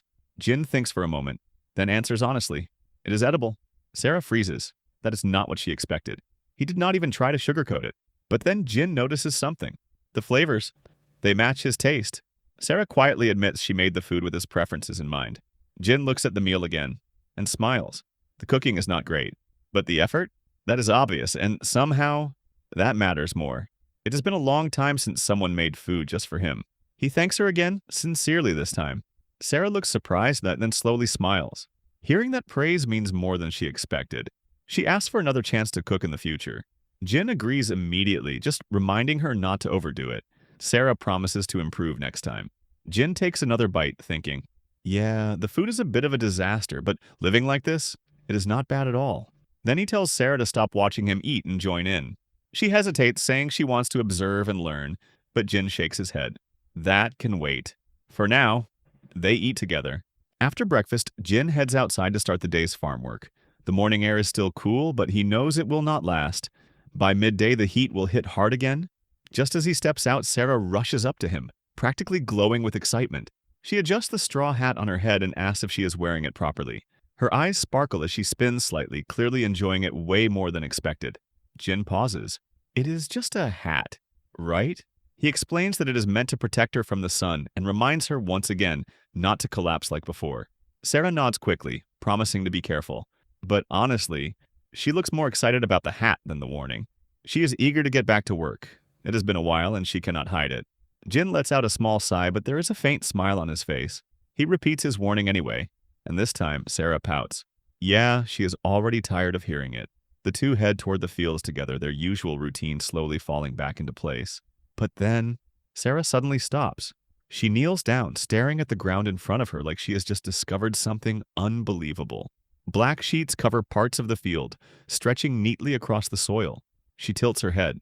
What is this? She has never seen it before. Jin explains that it is used to keep the soil from drying out. Underneath, he has planted carrot seeds. Simple, practical. But Sarah's reaction? Not simple at all. She drops to the ground dramatically, completely shocked. Wait, he planted something while she was resting? And she missed it? Of all times? Jin blinks, slightly confused by her reaction. Does she really care that much about planting carrots? Sarah quickly explains. Until now, she has only helped with small tasks, picking crops, assisting here and there, but never starting something from the beginning. She has never grown anything herself, and realizing she missed that chance, it genuinely upsets her. Her expression softens, a quiet disappointment settling in. For her, it is not just about carrots, it is about wanting to be part of something from the very start. Sarah looks down at the field, her expression soft but determined. She admits she wants more than just helping here and there. If given the chance, she wants to be part of the very beginning, to plant something with her own hands and watch it grow from start to finish. Jin pauses, then smiles. That answer clearly pleases him. So he makes a decision. They are going to plant something new, a crop meant for winter. Sarah's eyes light up instantly. What is it going to be? Jin casually answers. Potatoes. Simple, but not simple at the same time. He begins explaining the process. First, they need to prepare the soil. That means plowing the field and mixing in fertilizer so the potatoes can grow properly. Sarah listens closely, then looks genuinely shocked. Wait, all of that just for potatoes? She thought it would be easier. Jin shrugs, but she cannot hide her amazement. The potatoes on Earth are sweet, big, and delicious. Nothing like what she knows. When Jin asks about her world, Sarah explains that potatoes there are more like emergency food. Small, plain, and not very tasty. And the reason? Poor soil. Between constant wars and monsters, the land itself suffers. Crops never reach their full potential. That thought makes her a little sad. The same plant, yet such a different result. Jin listens, then gives her a simple idea. Learn everything here. And one day, if she returns, take that knowledge back with her. Grow better food. Help people smile. Sarah freezes for a second. Then her face brightens. She can picture it. A future where everyone in her world enjoys food like this. That thought alone fills her with happiness. Jin nods, satisfied. All right, time to work. He hands her a hoe and explains the first step. Plow the soil carefully. Not too hard, or she might hurt herself. Sarah nods, then immediately ignores that advice. She swings the hoe with full force. Boom! The ground cracks like it just got hit by a wrecking ball. Jin stares. Yeah, that is definitely not how you do it. He quickly scolds her, pointing out that she is destroying the field instead of preparing it. Sarah apologizes, embarrassed, admitting she sometimes cannot control her strength. Fair enough, but still dangerous. Jin suddenly has a worrying thought. If she teaches farming like this back in her world, they might accidentally destroy the land instead of growing anything. Yeah, maybe let's fix that first. He demonstrates the proper technique, showing her how much force to use. This time, Sarah watches carefully, and surprisingly, she gets it right almost instantly. She asks for confirmation, and Jin nods. Perfect. It seems he forgot something important. Sarah is extremely athletic. With proper control, she works efficiently, plowing the field with smooth, steady movements. Before long, a large portion of land is neatly prepared, all by her alone, and she is smiling the entire time. Sarah looks up, eager for the next step. Jin explains that they now need to spread fertilizer across the soil. He hands her a bucket and tells her to cover part of the field. Simple enough, or so he thinks. Sarah starts sprinkling the fertilizer, gently, like she is seasoning food, carefully, slowly, almost artistically. Jin watches in disbelief. At this rate, the sun will set before she finishes. He quickly tells her to stop treating it like salt and just pour it properly. Sarah nods, then flips the entire bucket in one go. Everything spills out instantly. Jin blinks. Well, that escalated. Sarah looks down, feeling defeated again, but Jin just tells her to gather it back up and try again. At this point, it is clear. She can master physical tasks quickly, but anything that requires a bit of finesse? Yeah, it's still a work in progress. Sarah notices Jin staring at her and narrows her eyes slightly. That look says everything. He is definitely thinking something rude. Jin clears his throat and reminds her they still have more fertilizer to spread. 3 more types, in fact. Sarah freezes, then nods seriously, promising to do her best. Time passes. After a lot of effort, the soil is finally prepared, at least in Sarah's mind. She wipes her sweat, amazed at how much work goes into something as simple as growing potatoes. But she feels proud. This effort means better crops, better food. So she excitedly turns to Jin. Time to plant, right? Jin looks at her, then calmly shuts that down. Not yet. The soil needs time to settle. They have to repeat the process again before planting. Sarah goes completely blank. Wait, what? All that work? And they are not even planting yet? Yeah, that hits hard. Her shoulders drop, her expression falling into pure disappointment. Jin scratches his head and apologizes for not explaining it earlier. For now, this is as far as they can go. Sarah stays quiet for a moment, then slowly nods. Even if it is not time yet, she has learned something important. Growing food is not simple. Every step matters. And when the time finally comes, she wants to do it right. Jin smiles, seeing her resolve. Then, of course, reminds her again not to collapse from the heat. Sarah pouts slightly, pointing at her straw hat as proof she will be fine. Jin just sighs. Yeah, that hat is not as powerful as she thinks. Another morning arrives, and today's task is clear. Cucumbers. Sarah notices immediately how much the plants have grown since she last saw them.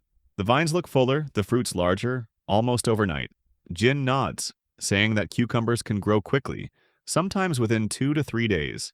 He then explains that they will harvest everything that is ready. Before starting, Jin glances toward the side and notices the baskets and carts already set up. He asks Sarah if she prepared them. She confirms that she did, explaining that she simply copied what Jin usually does. Still, she wonders if she might have missed something. Jin is slightly surprised. She is beginning to think and act on her own. At first, he had to guide her through every small step. Now, she is preparing tools without being told. He feels a quiet sense of pride. Then he praises her and tells her to begin harvesting. They move through the field together, picking cucumbers that are ready. While working, Sarah notices something unusual. A curved cucumber. She picks it up, tilting her head, surprised by its shape. It looks odd compared to the straight ones. She laughs, calling it cute. Jin does not share her amusement. He explains that curved cucumbers are not accepted in supermarkets due to strict standards. They usually form like that because of uneven sunlight or water. Even though they cannot be sold in regular stores, they can still be taken to local markets, just at a lower price. He works carefully to avoid producing too many of them. While Jin counts the harvest, Sarah keeps looking at the curved cucumber, thinking quietly. Soon after, she calls Jin over. He walks up, curious. What she found is much bigger than expected. A massive cucumber, easily twice the size of the others. Jin calls it a monster cucumber. Sarah, however, calls it a king cucumber. They both pause, looking at each other, clearly thinking differently about the same thing. Sarah admits she is excited to see something grow that large. Jin, on the other hand, looks concerned. He explains that oversized cucumbers are not a good sign. They cannot be sold, and they also put stress on the plant itself. This can affect the rest of the harvest, leading to more curved or underdeveloped cucumbers. Sarah's expression changes. She realizes it is not something to celebrate. She asks if it is at least second-grade quality. Jin shakes his head. Even that might be unlikely. Sarah then asks something that surprises him. Why does appearance affect price if the taste and nutrition are the same? She feels a bit sad that something valuable is judged only by how it looks. Jin pauses, then answers honestly. In places like Japan, food safety and consistency are taken very seriously. The standards are strict, and while it can feel limiting, it is also a way to ensure trust between producers and consumers. People expect food that looks clean, uniform, and reliable. To him, it is less about rejection and more like a shared promise of quality. Still, he admits it can be frustrating when good produce is not accepted. That said, imperfect vegetables still have value, especially at local markets. Sarah listens carefully. She becomes more motivated, wanting to help produce vegetables that meet those standards. At the same time, she still smiles at the unusual ones, saying she likes them too. She even jokes that she will try to grow straighter cucumbers in the future, which sounds a bit strange, but Jin just laughs and supports her effort. After finishing the harvest, they head to the farmer's market and deliver everything. By the time they return home, it is around noon. Sarah's stomach growls loudly. They have been working since early morning without eating. Jin notices immediately and asks what she wants to eat while checking the fridge. Sarah stands beside him, then suddenly brings out the giant cucumber she had kept. She wants to make something with it. Jin looks at the size of it and realizes a simple salad will not be enough. He starts thinking, then decides on a dish. Chilled Chinese noodles. Sarah has never heard of it before. Jin explains briefly and begins preparing. He asks her to slice the cucumber while he prepares the other ingredients. Sarah gets to work. Jin makes thin omelets from eggs, slices them into strips, and prepares toppings like ham and tomatoes. Meanwhile, Sarah finishes slicing the cucumber quickly. Jin glances over, realizing she has already completed her part. He quietly accepts that the dish will now be heavily cucumber-focused. Still, he continues. Once everything is ready, he assembles the dish. The final result looks clean and appealing. Sarah's eyes widen. She is eager to try it. Jin tells her to go ahead. She takes a bite. The cold noodles, the fresh toppings, the crisp cucumber. The taste is different from what she is used to, but refreshing. She keeps eating, clearly enjoying it. She even comments that the cucumber still tastes good, even if it looks unusual. To her, bigger means more food. Jin lightly scolds her for that thinking, but he is smiling. As he watches her eat, he remembers the times when imperfect produce used to bother him. The waste, the rejection, the frustration. But now, seeing Sarah enjoy the meal without hesitation, his perspective feels a bit lighter. Sarah then asks for another serving. Jin replies without much thought. He is not bothered anymore. Watching her enjoy the food is enough. Sarah pauses, slightly confused by his words. She does not fully understand what he means, but the moment still feels warm. Here I am, know it's been a while. I was in denial about my love. Here I stand, I know I walked away.